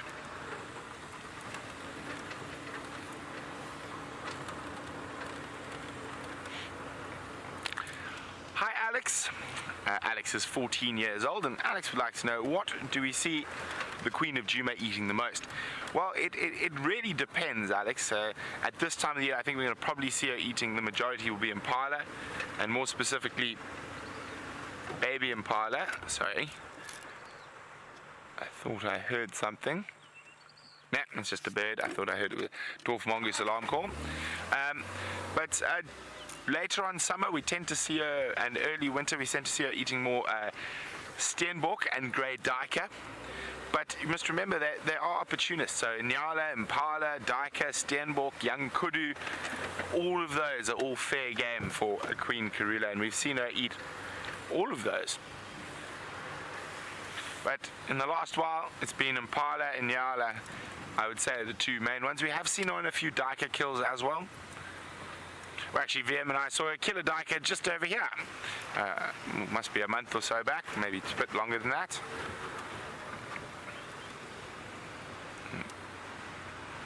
Okay, let's have a look here. Is there any tracks crossing the lovely soft sand of the Mawati riverbed? Going down deeper into the Mawati? Nope.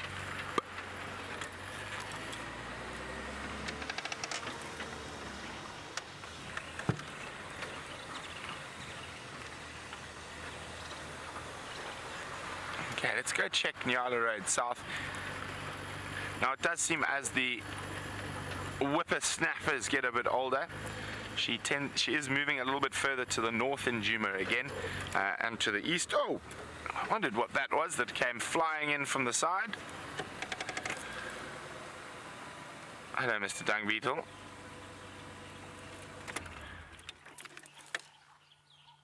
There we go.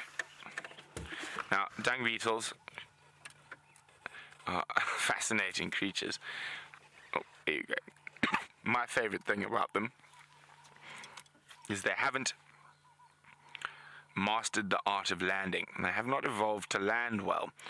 So, and hence the heavy armoring. Oh, shame he's going to fall off now. Okay, let's put him down. Don't fly into me. It's very rude. Go look for your dung somewhere else. Now, the funniest thing about them is when they do find a nice pile of dung, what they do, they just fly, and then they smell, oh, poo, and then they just close their wings. And so obviously they got very hard outer carapace because they don't land elegantly like a butterfly or a wasp or they just close their wings and collapse down there, and then they sort of put their head up, and often they'll fall on their back, and then they got to jump themselves over, and then they smell it, and then they beeline straight for the feces.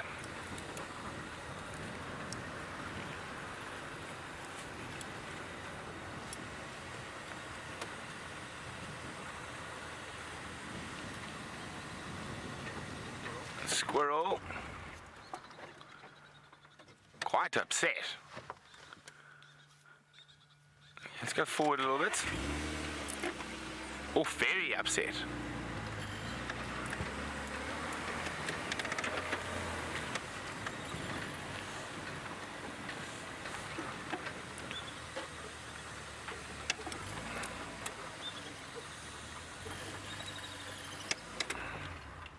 There's the culprit. Now,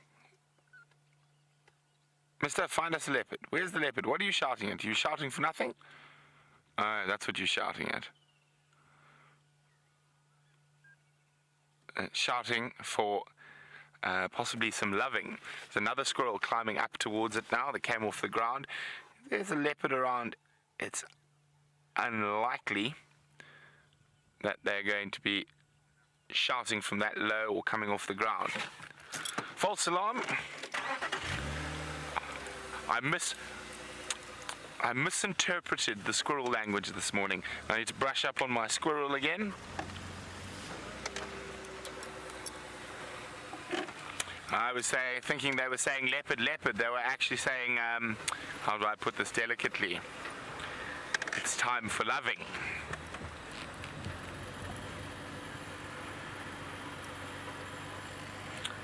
It's time to make babies in the squirrel world. Like most rodents, squirrels are prolific breeders.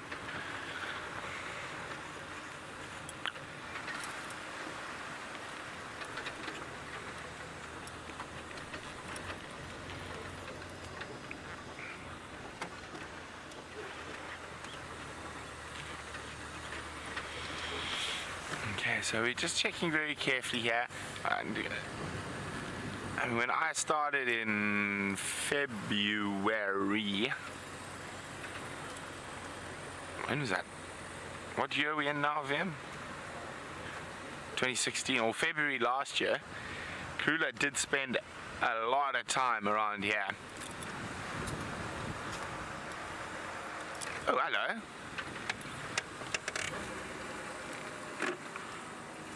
It's been driven over. It's a bit old. Let me just double check.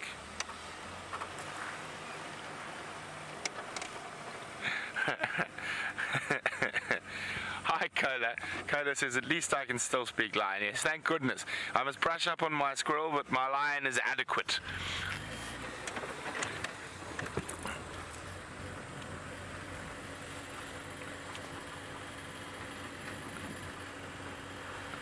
Now, speaking of lions, Mfumo has headed way down to the east.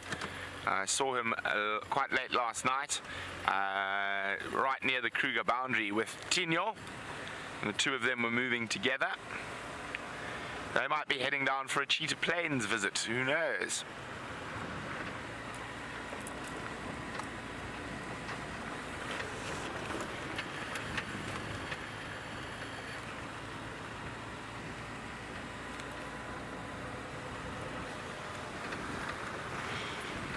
While we keep checking Juma, let's go back to Jamie, who's got a tiny feathered friend.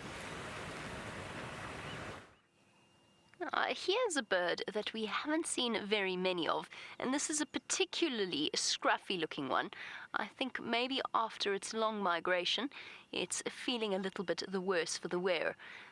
We've stumbled upon a flock of European bee-eaters glancing about, and I'm actually a little nervous, to tell you the truth. I'm a bit scared one of them is going to come down and grab Mallory off the top of my head. So I'm keeping plenty of distance. There was a whole flock of them. I'm going to try and see if I can't catch up with them. By the way, Mallory doesn't want to move. I have tried. Bit concerned, though, that with the presence of so many bee-eaters, it could suddenly be swiped from the top of my head.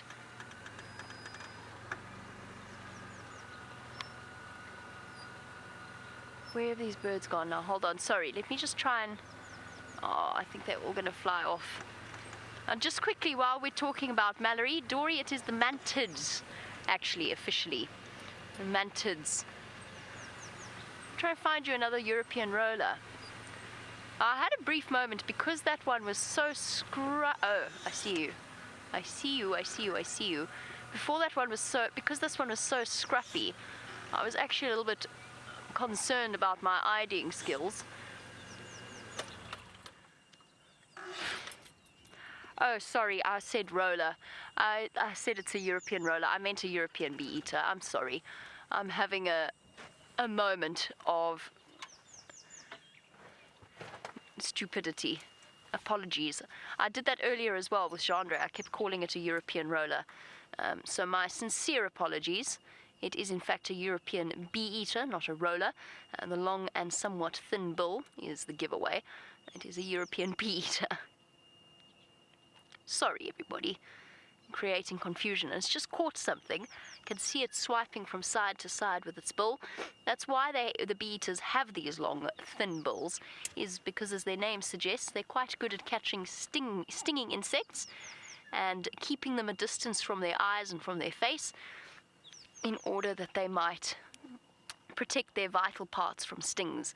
And then they scrape them. Well done, Genre. There we go. Now we can see it clearly.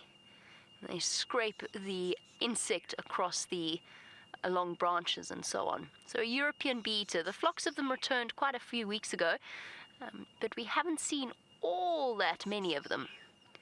We are, of course, still eagerly awaiting the return of the carmine bee-eaters. In a second, I'll show you the different bee-eaters that we get in my book, and where the slight confusion was earlier. But most distinctively look at the yellow throat. The yellow throat and the slightly dark brownish reddish brownish cap on the top of its head. This is for our new viewers who are IDing birds. And then the blue underneath. And they're quite mottled and they're a little bit scruffy. They have just flown a very, very long way, as you may have guessed from their names. They have only recently, in the last few weeks, returned to our shores. Now, there we go. So there was a flock of European bee-eaters. It is now 2, and they are not rollers, they are bee-eaters. There, 3. Well done, Genre. Genre's got his spotting eyes in this morning. See, have a look also at the orlot. I was going to say at the slight point to the tail. Okay, so let's just do a quick IDing course for those of you that are new to our birds of this area. Let's start with our European roller. This is actually what you're looking at, believe it or not. Sometimes the diagrams in the bird books are slightly exaggerated in terms of coloration. And so this one, that is what I was trying to point out on the tail. That slight extension at the tip. But most importantly, the blue breast, the yellow throat, and the red-capped head. See what I mean about the long bill? That was a European bee-eater. We also get a white-fronted bee-eater, which is this one up here, with a yellow throat. Oh, yellow, that's not yellow, that's red. A red throat. And also with that ninja eye stripe, that black there, but with white, total white underneath it, and then of course it's quite rufous colored underneath and green on top. So those are the two bee-eaters of similar size that you're most likely to get confused with each other. I have not seen any blue-cheeked bee-eaters, which is this one, number 4. I haven't seen any blue-cheeked bee-eaters on drive. I don't know whether any of you have. They're relatively large bee-eaters, and there are migrants. But I have not, hold on, my book's about to blow closed. I haven't seen many of them. Now, the other one that we are eagerly awaiting is not on that page. The other one that we are eagerly awaiting is the carmine, our carmine bee-eaters with their brilliant pink coloration. Now, the carmine bee-eaters is also one of the ones that we are still waiting for them to return. They tend to be quite late returners. We'll have to wait for them to come back to our shores. They often hang out around the Mulwati drainage. And just quickly, because we're doing different birds, you do get swallow-tailed bee-eaters in certain areas around here. They're a lot smaller, and they have very forked tails, hence the name swallow-tailed bee-eaters. I haven't seen any on our live drives. I'm not sure whether any of you have your swallow-tailed on your bird lists. And then, of course, the springbuck bee-eater, because it's the colors of our rugby team, our Springbok rugby team. Tiny, tiny little, it's actually called the little bee-eater, not the Springbok bee-eater. And there we go. Those are the bee-eaters that you are likely to see, but really little, carmine, European and white-fronted are going to be the ones that you'll see the most. And just because we can, we'll do a literal reading of the bird that we just saw, a far-carrying frog-like call that goes prrrup, croop, croop. And if that sounds completely bizarre to you, I'm just literally reading the way in which bird calls are written in bird books. And I'm only playing around because I don't know that I could do any better a job. And I know exactly what sound they make. They sort of do a chirrup, chirrup sound. Very distinctive, and you actually usually hear them before you see them. They can be very vocal birds. Stopping. Yes, have a jolly good groom. You could use it. You're not looking as brightly coloured and sparkling as you do usually. Who can blame them, though? It is a long migration. So there we have it for our budding birders. A bird perhaps to add to your bird list, and also, now that we've been over the identifying features, a bird that you'll be able to remember for the future. I'm going to get out of here before a bee-eater snatches Mallory off my head. While I do that, let's go all the way back to Djuma, to Byron on walk.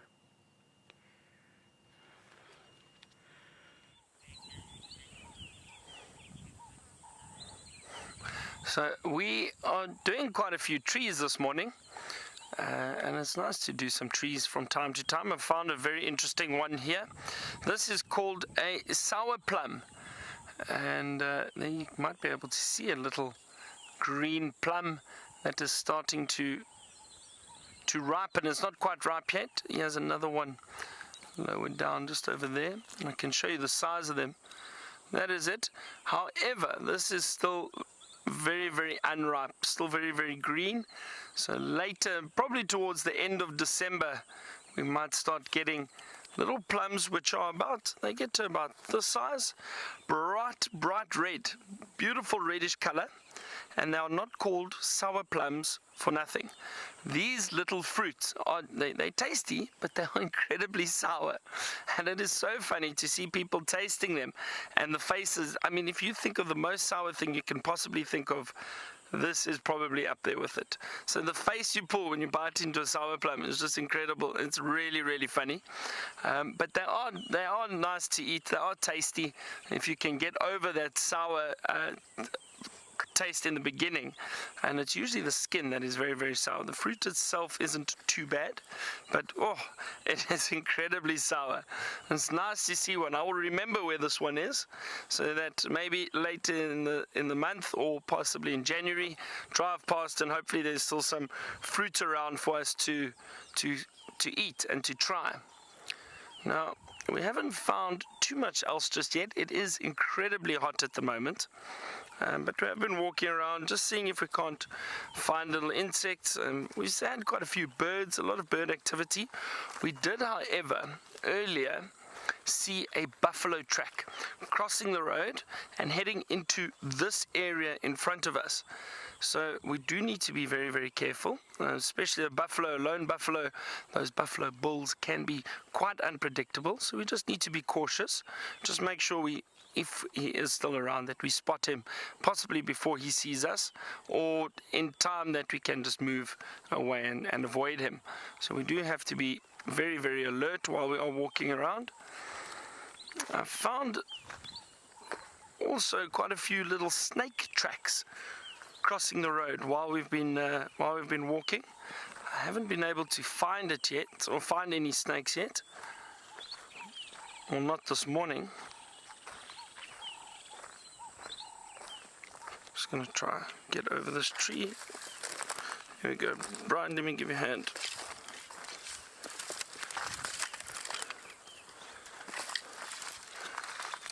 It's always fun climbing over these trees and walking through the thickets.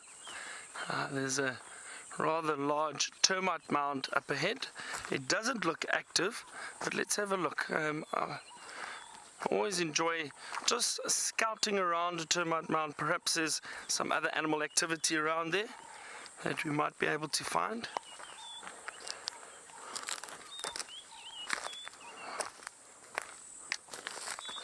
And speaking of trees, here is another tree that is dead, unfortunately, but what I would like to show you is these wonderful knobs or protrusions off of this tree, and this is called a knobthorn. It's part of the acacia family, and one of the uses of these knobs is that apparently, no, I can't break one off, but if you had a toothache, people would break one of these knobs off and they would kind of crush it slightly and then put it in their mouth on that tooth that is sore, and apparently it alleviates the pain of a toothache. I've never tried it. I fortunately have got a dentist I go to, but yeah, I assume it works. A lot of people say it works, but I haven't tried it yet, and I really don't like dentists on the best of times. That's probably one of my fears, if I must be completely honest. I'm happy to walk around in the bush with buffalo and elephant and lions, but don't put me in a dentist chair.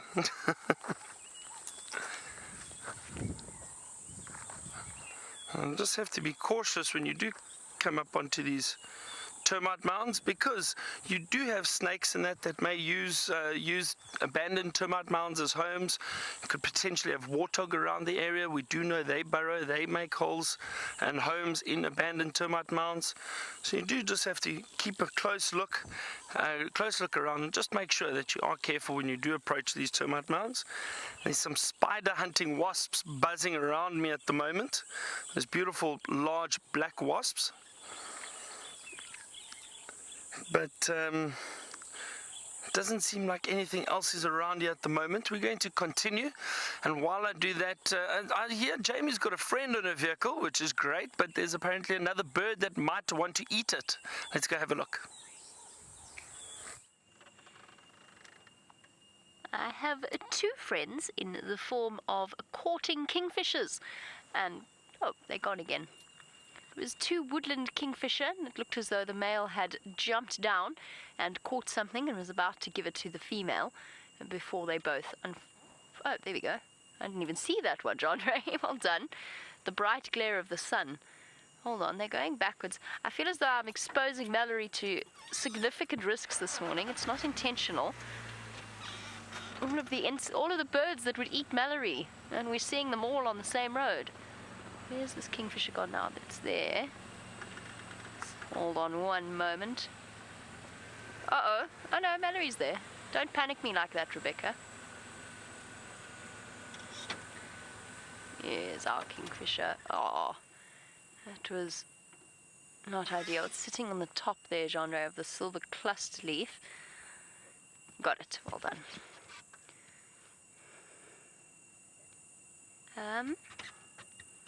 Yes, you do have it. You do indeed have it. I'm sorry.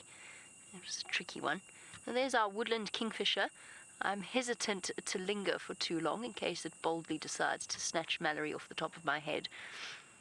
Glancing around. Now, what I was hoping that I would have a chance to show you was the display of the woodland kingfisher, where they do that little wing-out dance. Many of you will be very familiar with it, but it's always thoroughly entertaining to watch as they go about their breeding process, looking a lot more sleek and well-groomed than perhaps the European bee-eaters that we saw earlier, except that the journey of the journey of the woodland kingfisher is not nearly so long.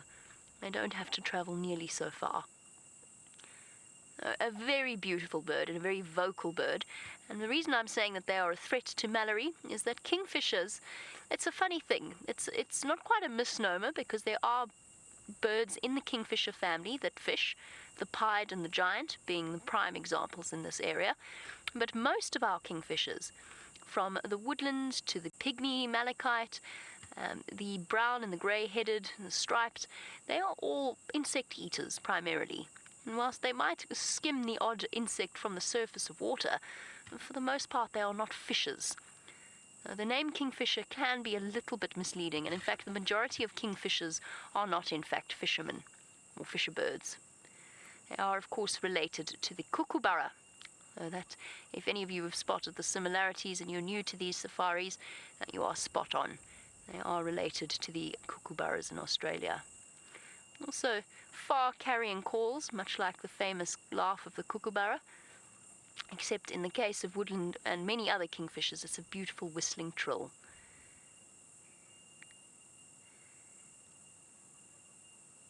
Lovely. There were some parrots here earlier, but unfortunately they seem to have departed.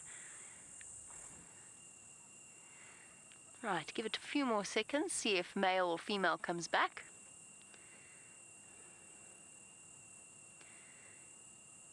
Very good question from Vulpine Wolf Girl. Now, Vulpine Wolf Girl, you wanted to know whether or not we get any of the birds that stash their food on the thorns of trees, like the butcherbird, the shrikes of Europe. We do, and I just have to try and remember which species of shrikes will actually stash their food on thorns, because there's only 2 species that do it. Pardon? Fiscal shrikes, yes, fiscal shrikes is one. Fiscal shrikes are the black and white ones. We don't see them all that often here, but there's one other. And the reason I should remember this so clearly was it was a discussion during my Trails Guide assessment, where I was chatting we were talking about different birds. And Trails Guide, by the way, is you're walking when you are qualifying to take people on walks. It is the redback shrike. That's what I was going to go with. The redback shrike and the fiscal shrikes are the ones that generally do it. And most of our other shrikes will not.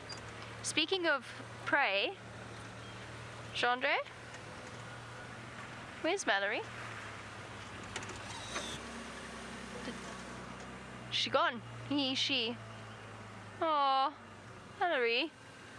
How devastating. Perhaps took one look at the kingfisher. Oh, goodness.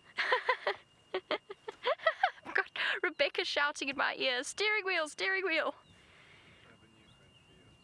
You have a new friend for me as well. I can't keep track of all the friends you keep giving me, Jandre. I can't tell if you think maybe I'm lonely. Jandre's found us a longhorn. There we go. A longhorn beetle. I can't have 2 such different friends, Jandre. They won't get on very well. A longhorn beetle, of course, of which there are many different types, it's not a difficult name to guess at why it was named that. It is called the longhorn beetle because it's got massive antennas that look like very, very long horns. Mallory, you're going to get squished there. Sorry, I'm just checking. Oh, sorry, head in way. And there we go. There's the longhorn beetle. Perhaps, Chandra, they're all coming to you. Maybe they wanted to be with you the whole time. You see the way the antennas are working there to guide this particular insect. I'm not giving this one a name. I can't keep track. And it's gone. It's on your hat. It is on your hat. All right, Chandre's got his longhorn. No, we can both have a hat insect. It's fine. You don't have to give it to me. Okay. Well, we'll prove that it is, in fact, on Chandre's hat. There is the longhorn. I think we've both lost it, Chandre. I really do. I think we've gone completely loopy. It does give us a really nice opportunity to closely examine the insect life that perhaps we might not otherwise have.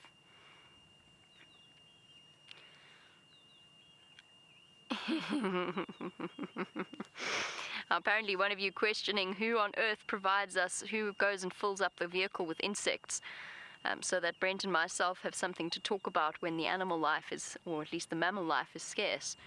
Good question. I'm going to go with the electric light that sits above the vehicles. I'm going to say that plays a little bit of a role in, oh, there you go, Chandre. There's your friend. My Mallory is still underneath the steering wheel. You're going to get crushed there, Mallory. What happens if I need to turn a corner? Well, I suppose you can stay at the bottom there.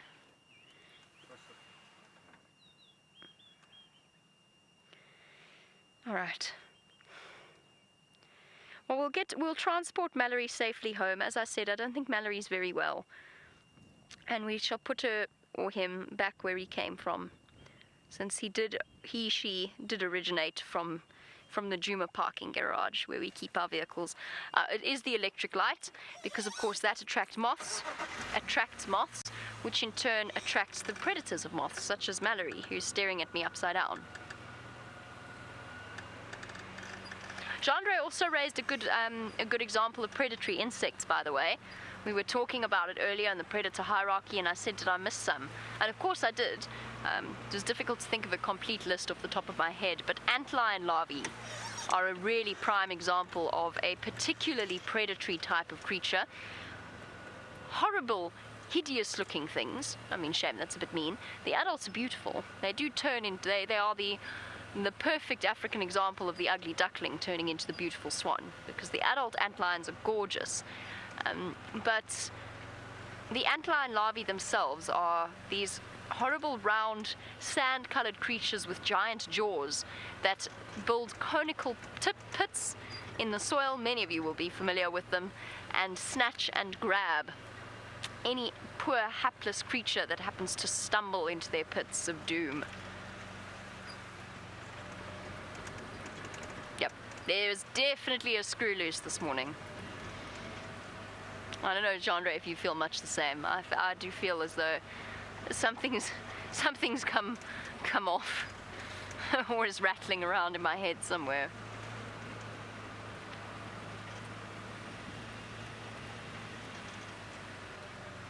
Another thing I can tell you is that Cheetah Plains, in terms of mammal life, is very, very quiet, and unfortunately no sign of our cheetah for International Cheetah Day. I've searched high and low. I've basically driven all of the cheetah's areas on Cheetah Plains, and there's no sign of them.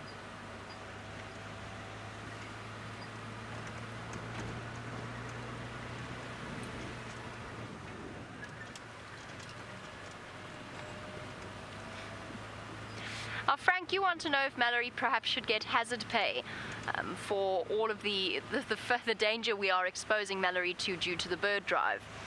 Very valid point. I will negotiate with Mallory, Frank, and I will get back to you on that subject after I have discovered. I'm not sure, Frank, if you're offering perhaps to be Mallory's representative in this dispute. It's not really a dispute, it's a negotiation. But while I contemplate what we should pay Mallory in terms of danger pay, let's go back over to Juma, to Brent, who might be slightly more sane.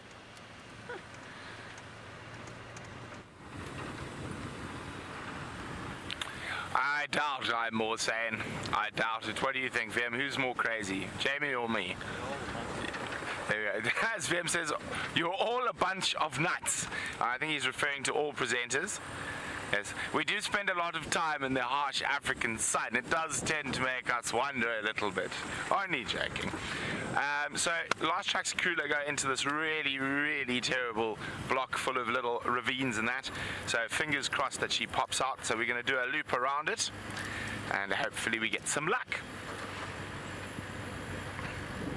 Now, since it is International Shikankanka Day, or International Cheetah Day, I think we're going to have a few little Shikankanka quizzes. And let's think. What is an interesting fact about cheetah? I think you guys know this one too well, but we'll start off with it. Nice easy one to get going. And is what, and if you know this, because I know I've asked it before, give some of our new viewers a chance to answer first, and then I'll do a harder one for everyone just now. So, where and in what country is the largest meta population of cheetah? Now, when I say meta population, it means the largest population of individuals with the most genetic difference, and generally also means the largest number. So, what area, what country has the largest meta population of the cheetah? If you know the answer, hashtag safariLIVE or questions@wildearth.tv. I look forward to hearing from you.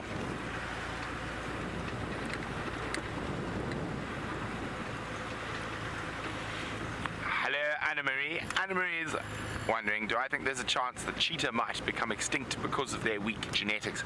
I do, Anna-Marie. I think they're probably going to be extinct within the next 1,000 years or so, or maybe 2,000 years. And cheetah, unfortunately, are probably just going to be one of those failed arms of the evolutionary tree. And just think how lucky we are to see them. So, as sad as it is a natural extinction, and that is caused by their lack of genetic difference and their over-specialization for speed. Now, there's a lovely folklore about cheetah, and how did a cheetah get its tears? So, when you look at a picture of a cheetah, they've got black tears running down its face. So a mother cheetah had, I think it was 4 cubs or 3 cubs. 3 cubs, let's call it 3 cubs. And like most predators, they will hide their cubs while they go off hunting or go to do something. And there was a very lazy hunter, a human hunter that is, and he was sitting under an acacia tree going, oh woe, oh dear, I'm too lazy to hunt today. I wish there was an easier way. And while he was lazing under his acacia tree, he noticed the mother cheetah sprint out, whack an impala, and then call her cubs. And her 3 cubs started feasting upon said impala. And the lazy hunter went, yo, if I had a cheetah, it could do all my hunting for me, and then I could just lie in the shade and drink beer all day. That is a good plan. So the mother cheetah left to go have a drink of water and head to her cubs. And the lazy hunter took 1 cub. And he thought, yeah, now I'm sorted. This little cheetah, when it's a bit older, is going to do all the hunting for me, and I'm going to sit in the shade and drink beer. But then he thought, you know what? If I have 2 cubs, I can actually trade meat and get free beer. No, let me take 2. You know what? I could even get someone to build my house if I have 3 cubs to do all the hunting. So I'll take 3 cubs. And off the lazy hunter went, disappeared with the female cheetah's 3 cubs. She came back after having a drink, and all her cubs were gone. So she started crying. And she cried for 3 days, till eventually one of the village elders said, but Madam Cheetah, what is the fault? She's like, my cubs are gone, my cubs are gone. Someone has taken my cubs. And the village elder said, what dastardly creature would do that? And the village started helping the cheetah look for its cubs. And eventually they were found in the lazy hunter's hut. And this was after about a week of constant tears streaming down the female cheetah's face. And the village elder returned the cheetah cubs to the mother, but by the time the cubs had returned, she had cried so much it stained her face. And the lazy hunter was then banished and beaten with a large stick. Anyway, that's a Zulu folklore about greed. So one must remember that most of these African folklores were what we would call school, teach the kids not to do bad things and have bad habits. So that one's about greed and what greed can do to other people. Oh, there are some elephant tracks here. Oh, this could be nice. I haven't seen ellies in some time. Or 2 days. Just one, looks like one elephant ball here. But we are also checking very carefully for Madame Karula's tracks, see if she popped out of this terrible section of ravines.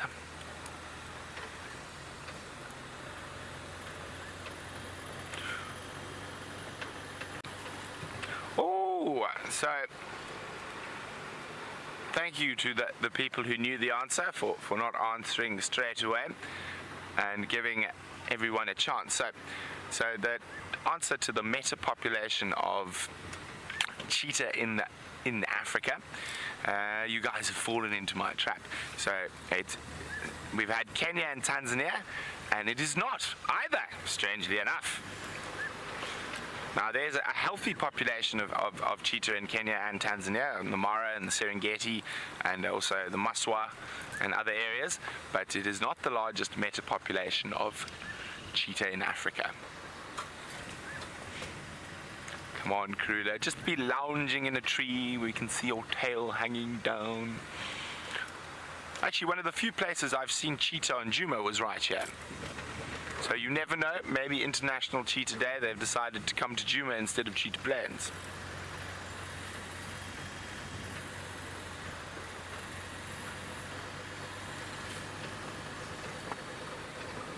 So there we go again, not Botswana. It's an interesting one, and I'll give you guys a little bit longer.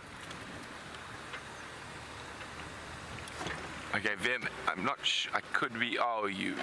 Okay, we're going to that back marula there. It's a long shot, but it could be a little bit higher. Let me just have a look now. A little bit to the left, I think. A little bit higher. Do you see it? We're looking for a yellow dot in that thick. A little bit to the left, maybe. So it was a European oriole. European golden oriole, but it just did a disappearing act. Maybe if we go forward a bit. Oh, no. Okay. I thought I saw it pop out in that fork. Oh, it was too quick for me. I think it did a... Oh, there's something else to the bottom right, but I don't know if that's the oriole. Let me come out a little bit, Vim. A little bit lower, the bottom branch there, somewhere around. A little bit more to the right. It's behind that. I think it's gone behind that. Oh, they're jumping up to the... So, there on the screen, Vim. There. Okay, you got it. What was that? I don't think that was the oriole there. It was... You can see... Oh. Oh, it disappeared out the back. Ah. But that wasn't the oriole. But we still haven't managed to get a European golden oriole on camera. They're quite tricky. Now, but again, Botswana has a very healthy population of cheetah up in the north and in the south.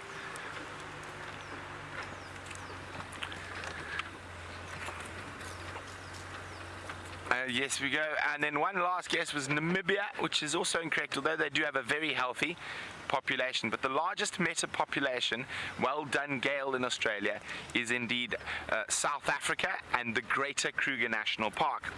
Now, looking at this, you would think, what would a cheetah want to be doing in this? But strangely enough, over a lot of their habitat, they do occur in mixed woodland like this, and they are quite successful in it. So, of course, they've become iconic on the open plains, but they will utilize areas like this just as readily.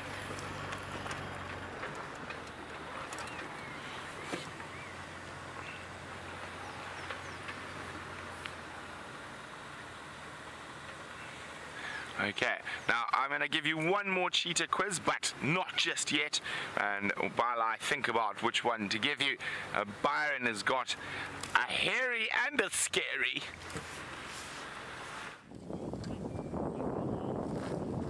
So have a look at this beautiful caterpillar we have found.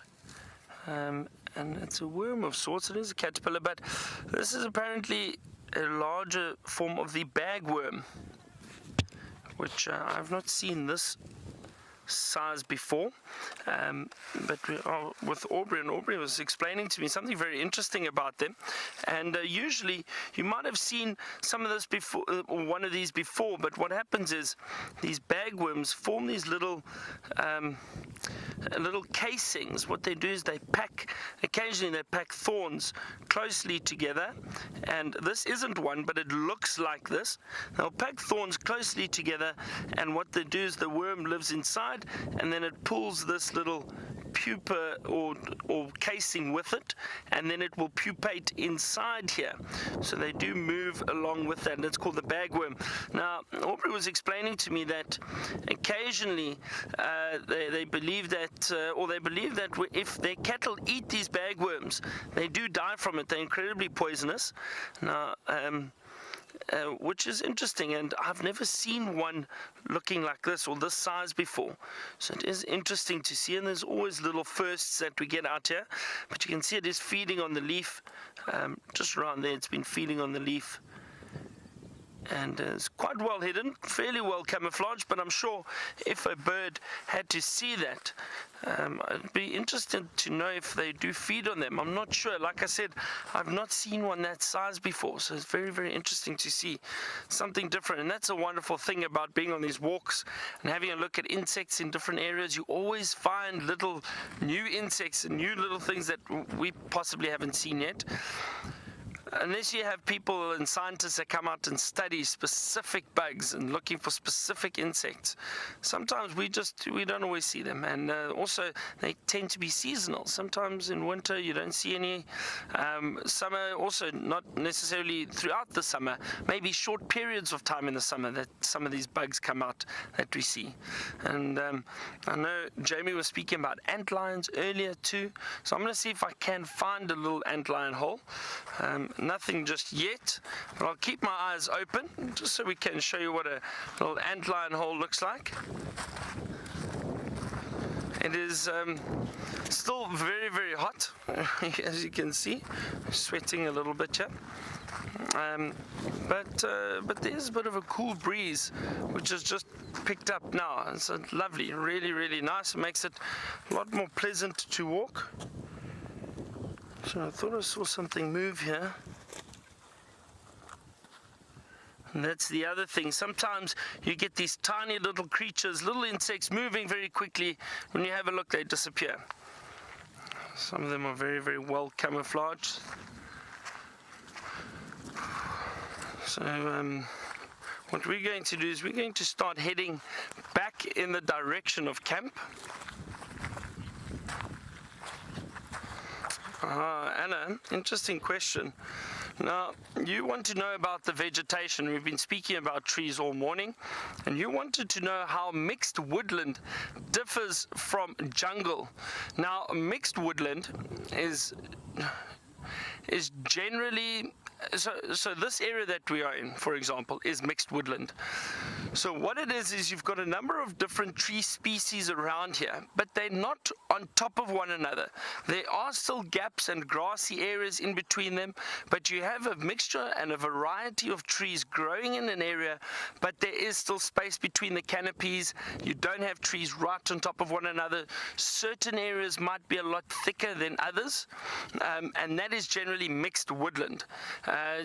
With jungles, you need to remember that jungles are generally generally areas where the forest is basically the vegetation's on top of one another, and the canopy forms almost one canopy, very, very thick vegetation, very, very thick, and also a lot more humid than probably what we have out here.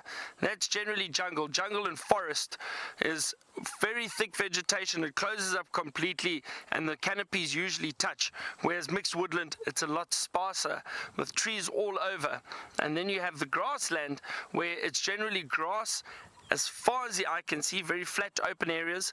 The best example of that would be up in East Africa, Kenya, Tanzania, up in the Mara, where James was earlier this year. You get those beautiful open grasslands where the grass all forms one blanket or one layer that you can see for as far as the eye can see, and every now and then you'll see a few trees dotted around. But this area that we are in, mixed woodland, a lot more trees, close together, but not quite closing a canopy like you would get in a forest or in a jungle.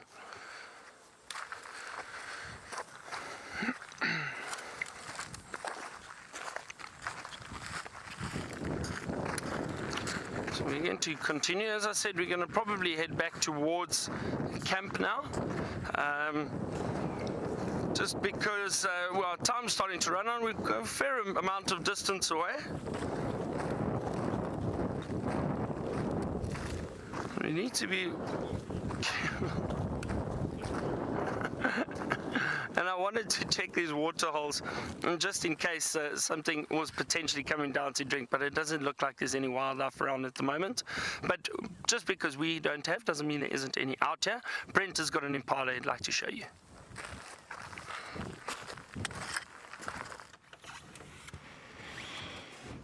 Those babies are all legs. A runway model would be proud to have legs like that.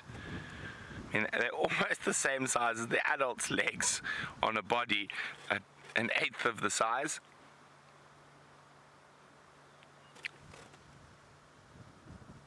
They are just very sweet looking little critters. Sticking close to mom. Oh, let's just go forward. There's one having a snooze. Oh. Oh, no, it didn't like me starting the car. It decided to wake up.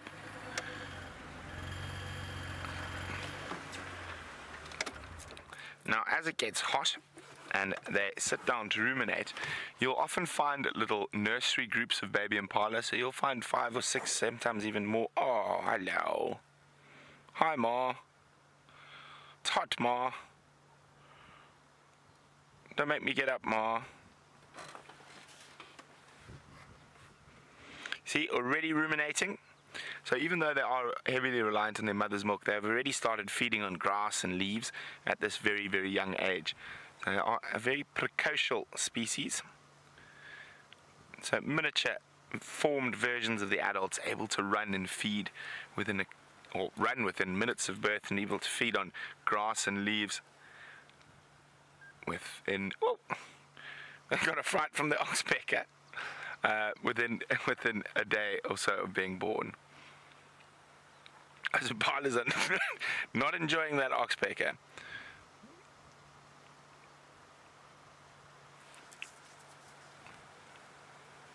So as it gets warmer today, and I think today is going to be a very hot day, you're going to find groups of impala like this coming into the shade under the big marulas in the open areas and ruminating away, chewing the cud.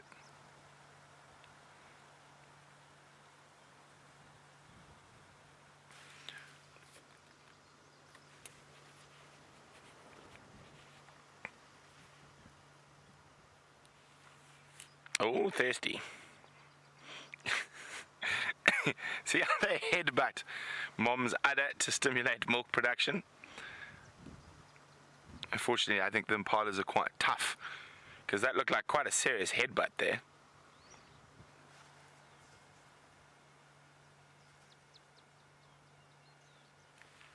Oh, hello, friend.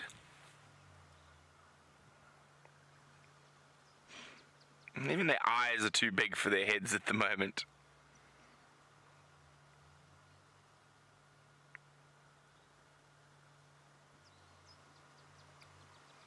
Oh, very tender.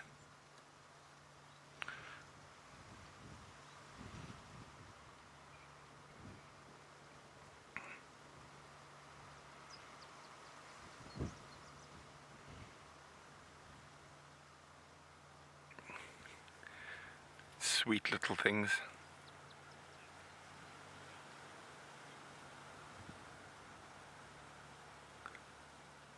Okay, well, we're going to leave them. I still haven't forgotten about your last cheetah quiz, but it seems like Jamie has the tortoise that could.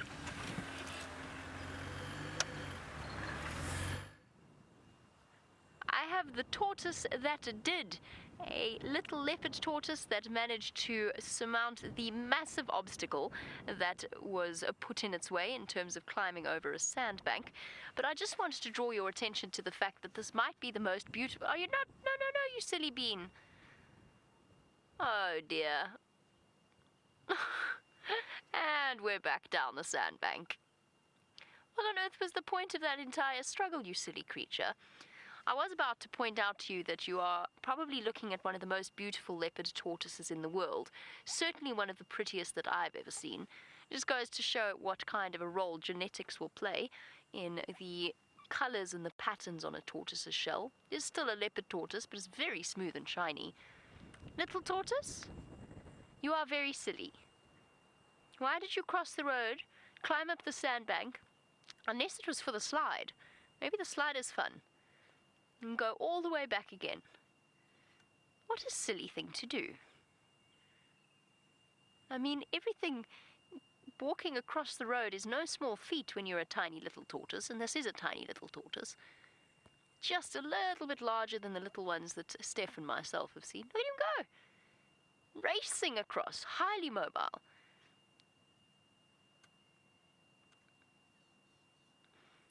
And this is the champion sprinter of all tortoises, this little one. Now what? Now you've got to the next sandbank. At least you found some shade there, you silly thing. Okay, this is a much easier incline than the one before, isn't it?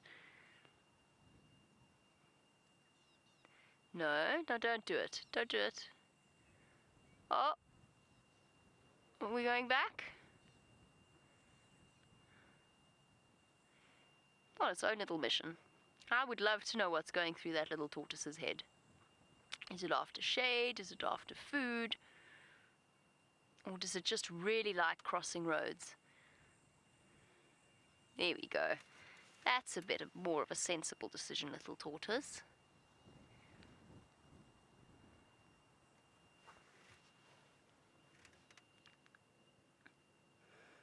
The little tortoise that could and did twice safely cross one of the main roads, and off it goes. Our leopard tortoise is slowly mobile, or highly mobile, into Chitwa.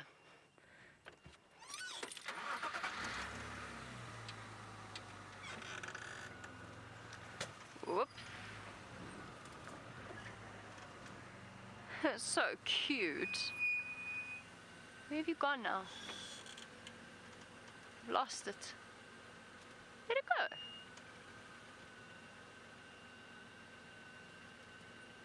Huh. The little tortoise that vanished. I can't see it anymore. Oh well. It was a lovely sighting of really what was the prettiest leopard tortoise. It was all sort of, it was as though somebody had come along during the night and polished its shell really nicely. Alright, well, since our little tortoise that could has vanished, I think we should go over to Brent, because I'm sure you're all anxious for answers about his cheetah quiz.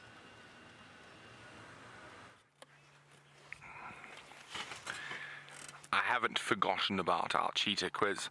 So, let's think about this one. Yes, this is the one. So, it's actually, it's almost a two-part quiz. So the first is, what country outside of Africa still has a wild population of cheetah, and what country in the last 100 years outside of Africa has lost its cheetah? And it's the only animal to become extinct in the last 100 years in that country. And which are those two countries? So which country outside of Africa still has a wild population of cheetah, and which country in sort of the 1940s lost its wild population of cheetah? Think about it. Let me know. Hashtag safariLIVE or questions@wildearth.tv. Now, while we continue on, interesting fact about cheetahs. Can you believe that, I think it was 1700 BC, the ancient Egyptians actually tamed cheetah is the wrong word, domesticated cheetah, sort of. So they used to use them like greyhounds to hunt gazelles, but they would sometimes have them on leashes with blindfolds, and then they would get dogs to flush the gazelle and then let the cheetah off its leash. Now that was passed on through the Persian Empire and into India, where that practice was continued till the 20th century. So people were still using cheetah like you would use a greyhound to hunt things in the 20th century. And a lot of the great sort of Asiatic rulers, Genghis Khan, Charlemagne, all of them had cheetahs that actually used to live and roam free out in their palace grounds, or sort of roam free. They were obviously fenced in. So out of all the big cats, cheetahs by far the least aggressive and by far the most timid and easiest to subdue. Now, of course, this is a problem for cheetah because, there's a couple of problems cheetah have. One is that they've got such an unsuccessful breeding.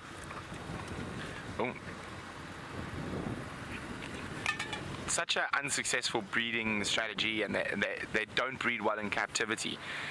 But because they are so docile and whatnot, they're often sought after by petting zoos and bad volunteer programs and things like that. So if you ever come out to Africa and someone says, come pet a cheetah, you're generally funding bad stuff. So you shouldn't pet any big cat. It doesn't matter where you are in the world, and generally those animals have not a great quality of life being kept in captivity.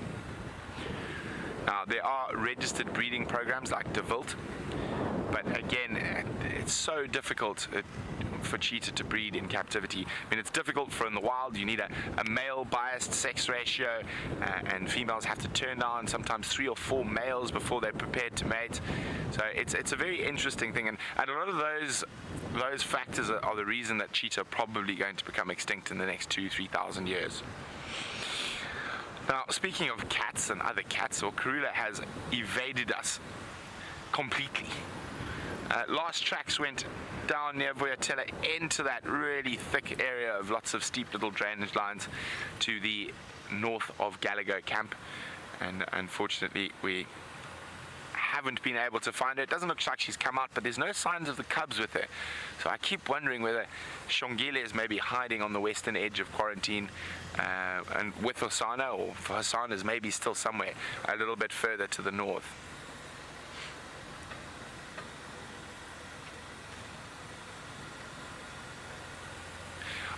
So hi, Janet. Janet, you're 50% correct. No, you're not. Sorry, I apologize completely. No, Janet, you're not correct. But so Russia hasn't had cheetah in the last while, and India does not have a wild population of cheetah. So no, close though, Janet. Getting close.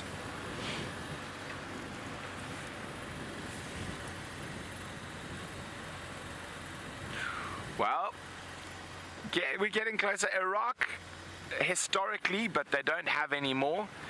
And Morocco is in Africa, and they are locally extinct in Morocco, unfortunately. But that's in Africa.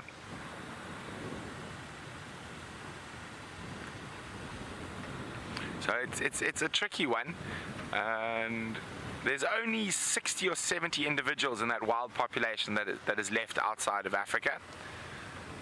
Oh, there's a gnu.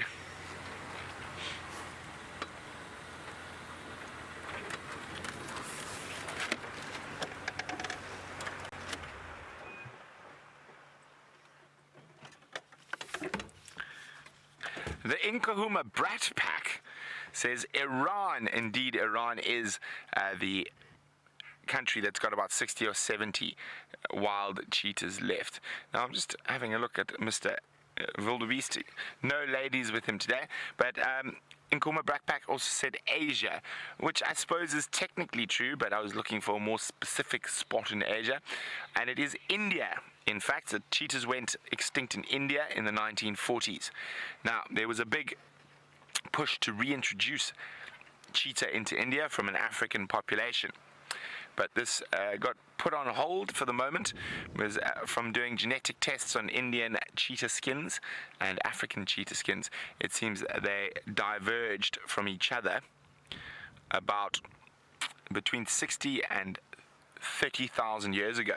So that would have been before the Great Die Out. So quite interesting. And I know they're still doing stuff with the Iranian cheetah to see if they might possibly have similar genetic markers to the Indian cheetah that went extinct. But again, it's very difficult to reintroduce something that is critically endangered from a country. There's only 60 or 70 of them left in the wild in Iran, and I don't think there are very few in breeding projects as well. So a very, very interesting thing, cheetahs. One has to wonder with some of the Asiatic cheetah and whatnot. I mean, they occurred in India naturally for many thousands of years, but they seem to die off quicker than the African. And will putting an African cheetah back there, was the Asiatic cheetah going to go extinct naturally? There's all those questions, and it's one of those funny things. We like to try fix things, but sometimes it's not for us to fix. So they're doing a bit more research before they think about reintroducing a cheetah into India. Now, so yeah, Indian princes were the last to still use cheetah as hunting dogs, or basically hunting tools, and then the last sort of really big public figure or state figure, as they've always been associated with royalty and class, you know. So that the Emperor Haile Selassie of Ethiopia, before the coup that sent him on his way by Mengistu, was often appeared in public and in royal photographs with a cheetah on a leash. Oh, here we go. Don't fly away, please. There we go. Oh, of course they fly away. The red-billed wood hoopus, now in silhouette due to the light. The light is getting really harsh really early now as we move into the hot, hot summer months. You still got him there, I can't see him. Or maybe it's too looking too much at the light there.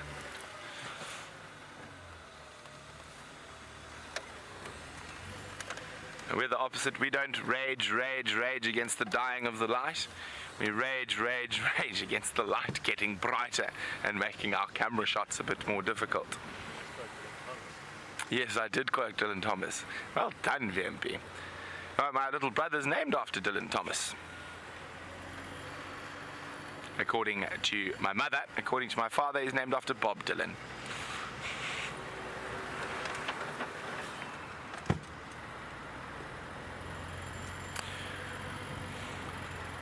Okay, well,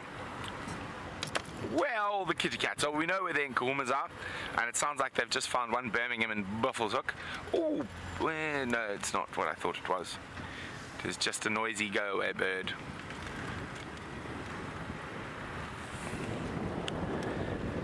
Now, also, if you might have noticed, for those of you who've been watching for a long time, I've been looping quarantine. Now, I was hoping with the rain we've had that we were going to get some wild flowers, and I've been searching extensively for a couple of my favorites, but it just doesn't seem like we've had enough rain on quarantine to get that real spurt of splendid flowers. I think this afternoon I might head down towards Cheetah Cutline, and there's been a bit more rain that side, so I'm hoping that there may be a few more flowers on Cheetah Cutline. But while we continue our search for birds, leopards, wild flowers, and anything in fact, let's go see how Jamie's doing now that she's back on Juma. I'm thinking that for this afternoon at least, not that I don't like flowers, but I am rather hoping that perhaps we might have a chance to see cheetah. Well, the International Cheetah Day is not yet over, at least here in South Africa, but we still have that chance. And just bear with me one moment, I'm going to speed up because I just spotted something, and it's very pretty. to finish off our quiet morning, at least for Jeandre and myself, we had one steenbok, one tortoise, one impala. So, we had baboons in the beginning. We did have baboons in the beginning. And, of course, Mallory. Well,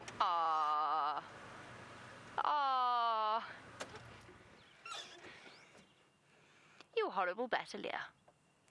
It was sitting perched so beautifully. Uh-oh. Heard me. Too close. It was too close. It flew right over us. Jeandre did his best. Well done, Jeandre. It was, in fact, a boy battalier.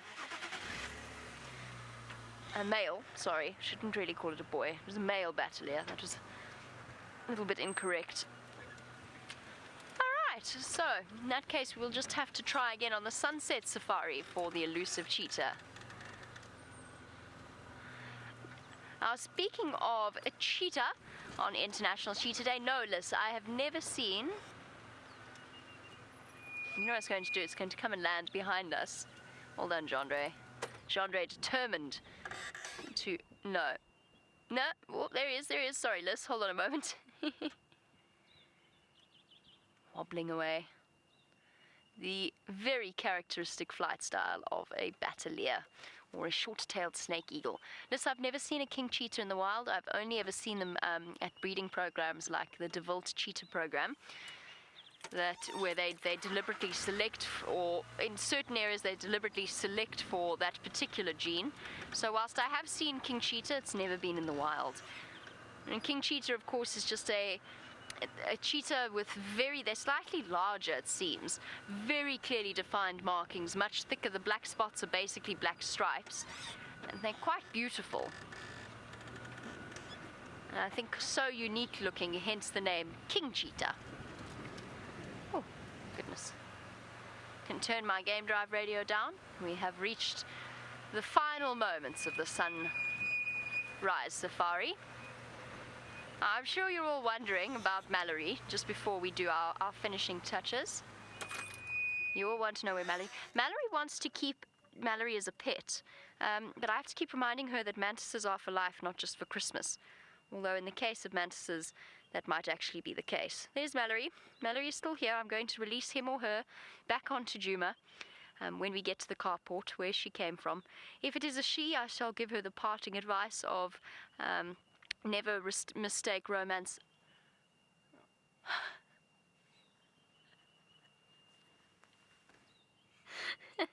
Bye, Valerie. Have fun. Hey, I'll just keep my advice to myself then. Well, if you're a boy, watch out for the ladies. They'll really get you down.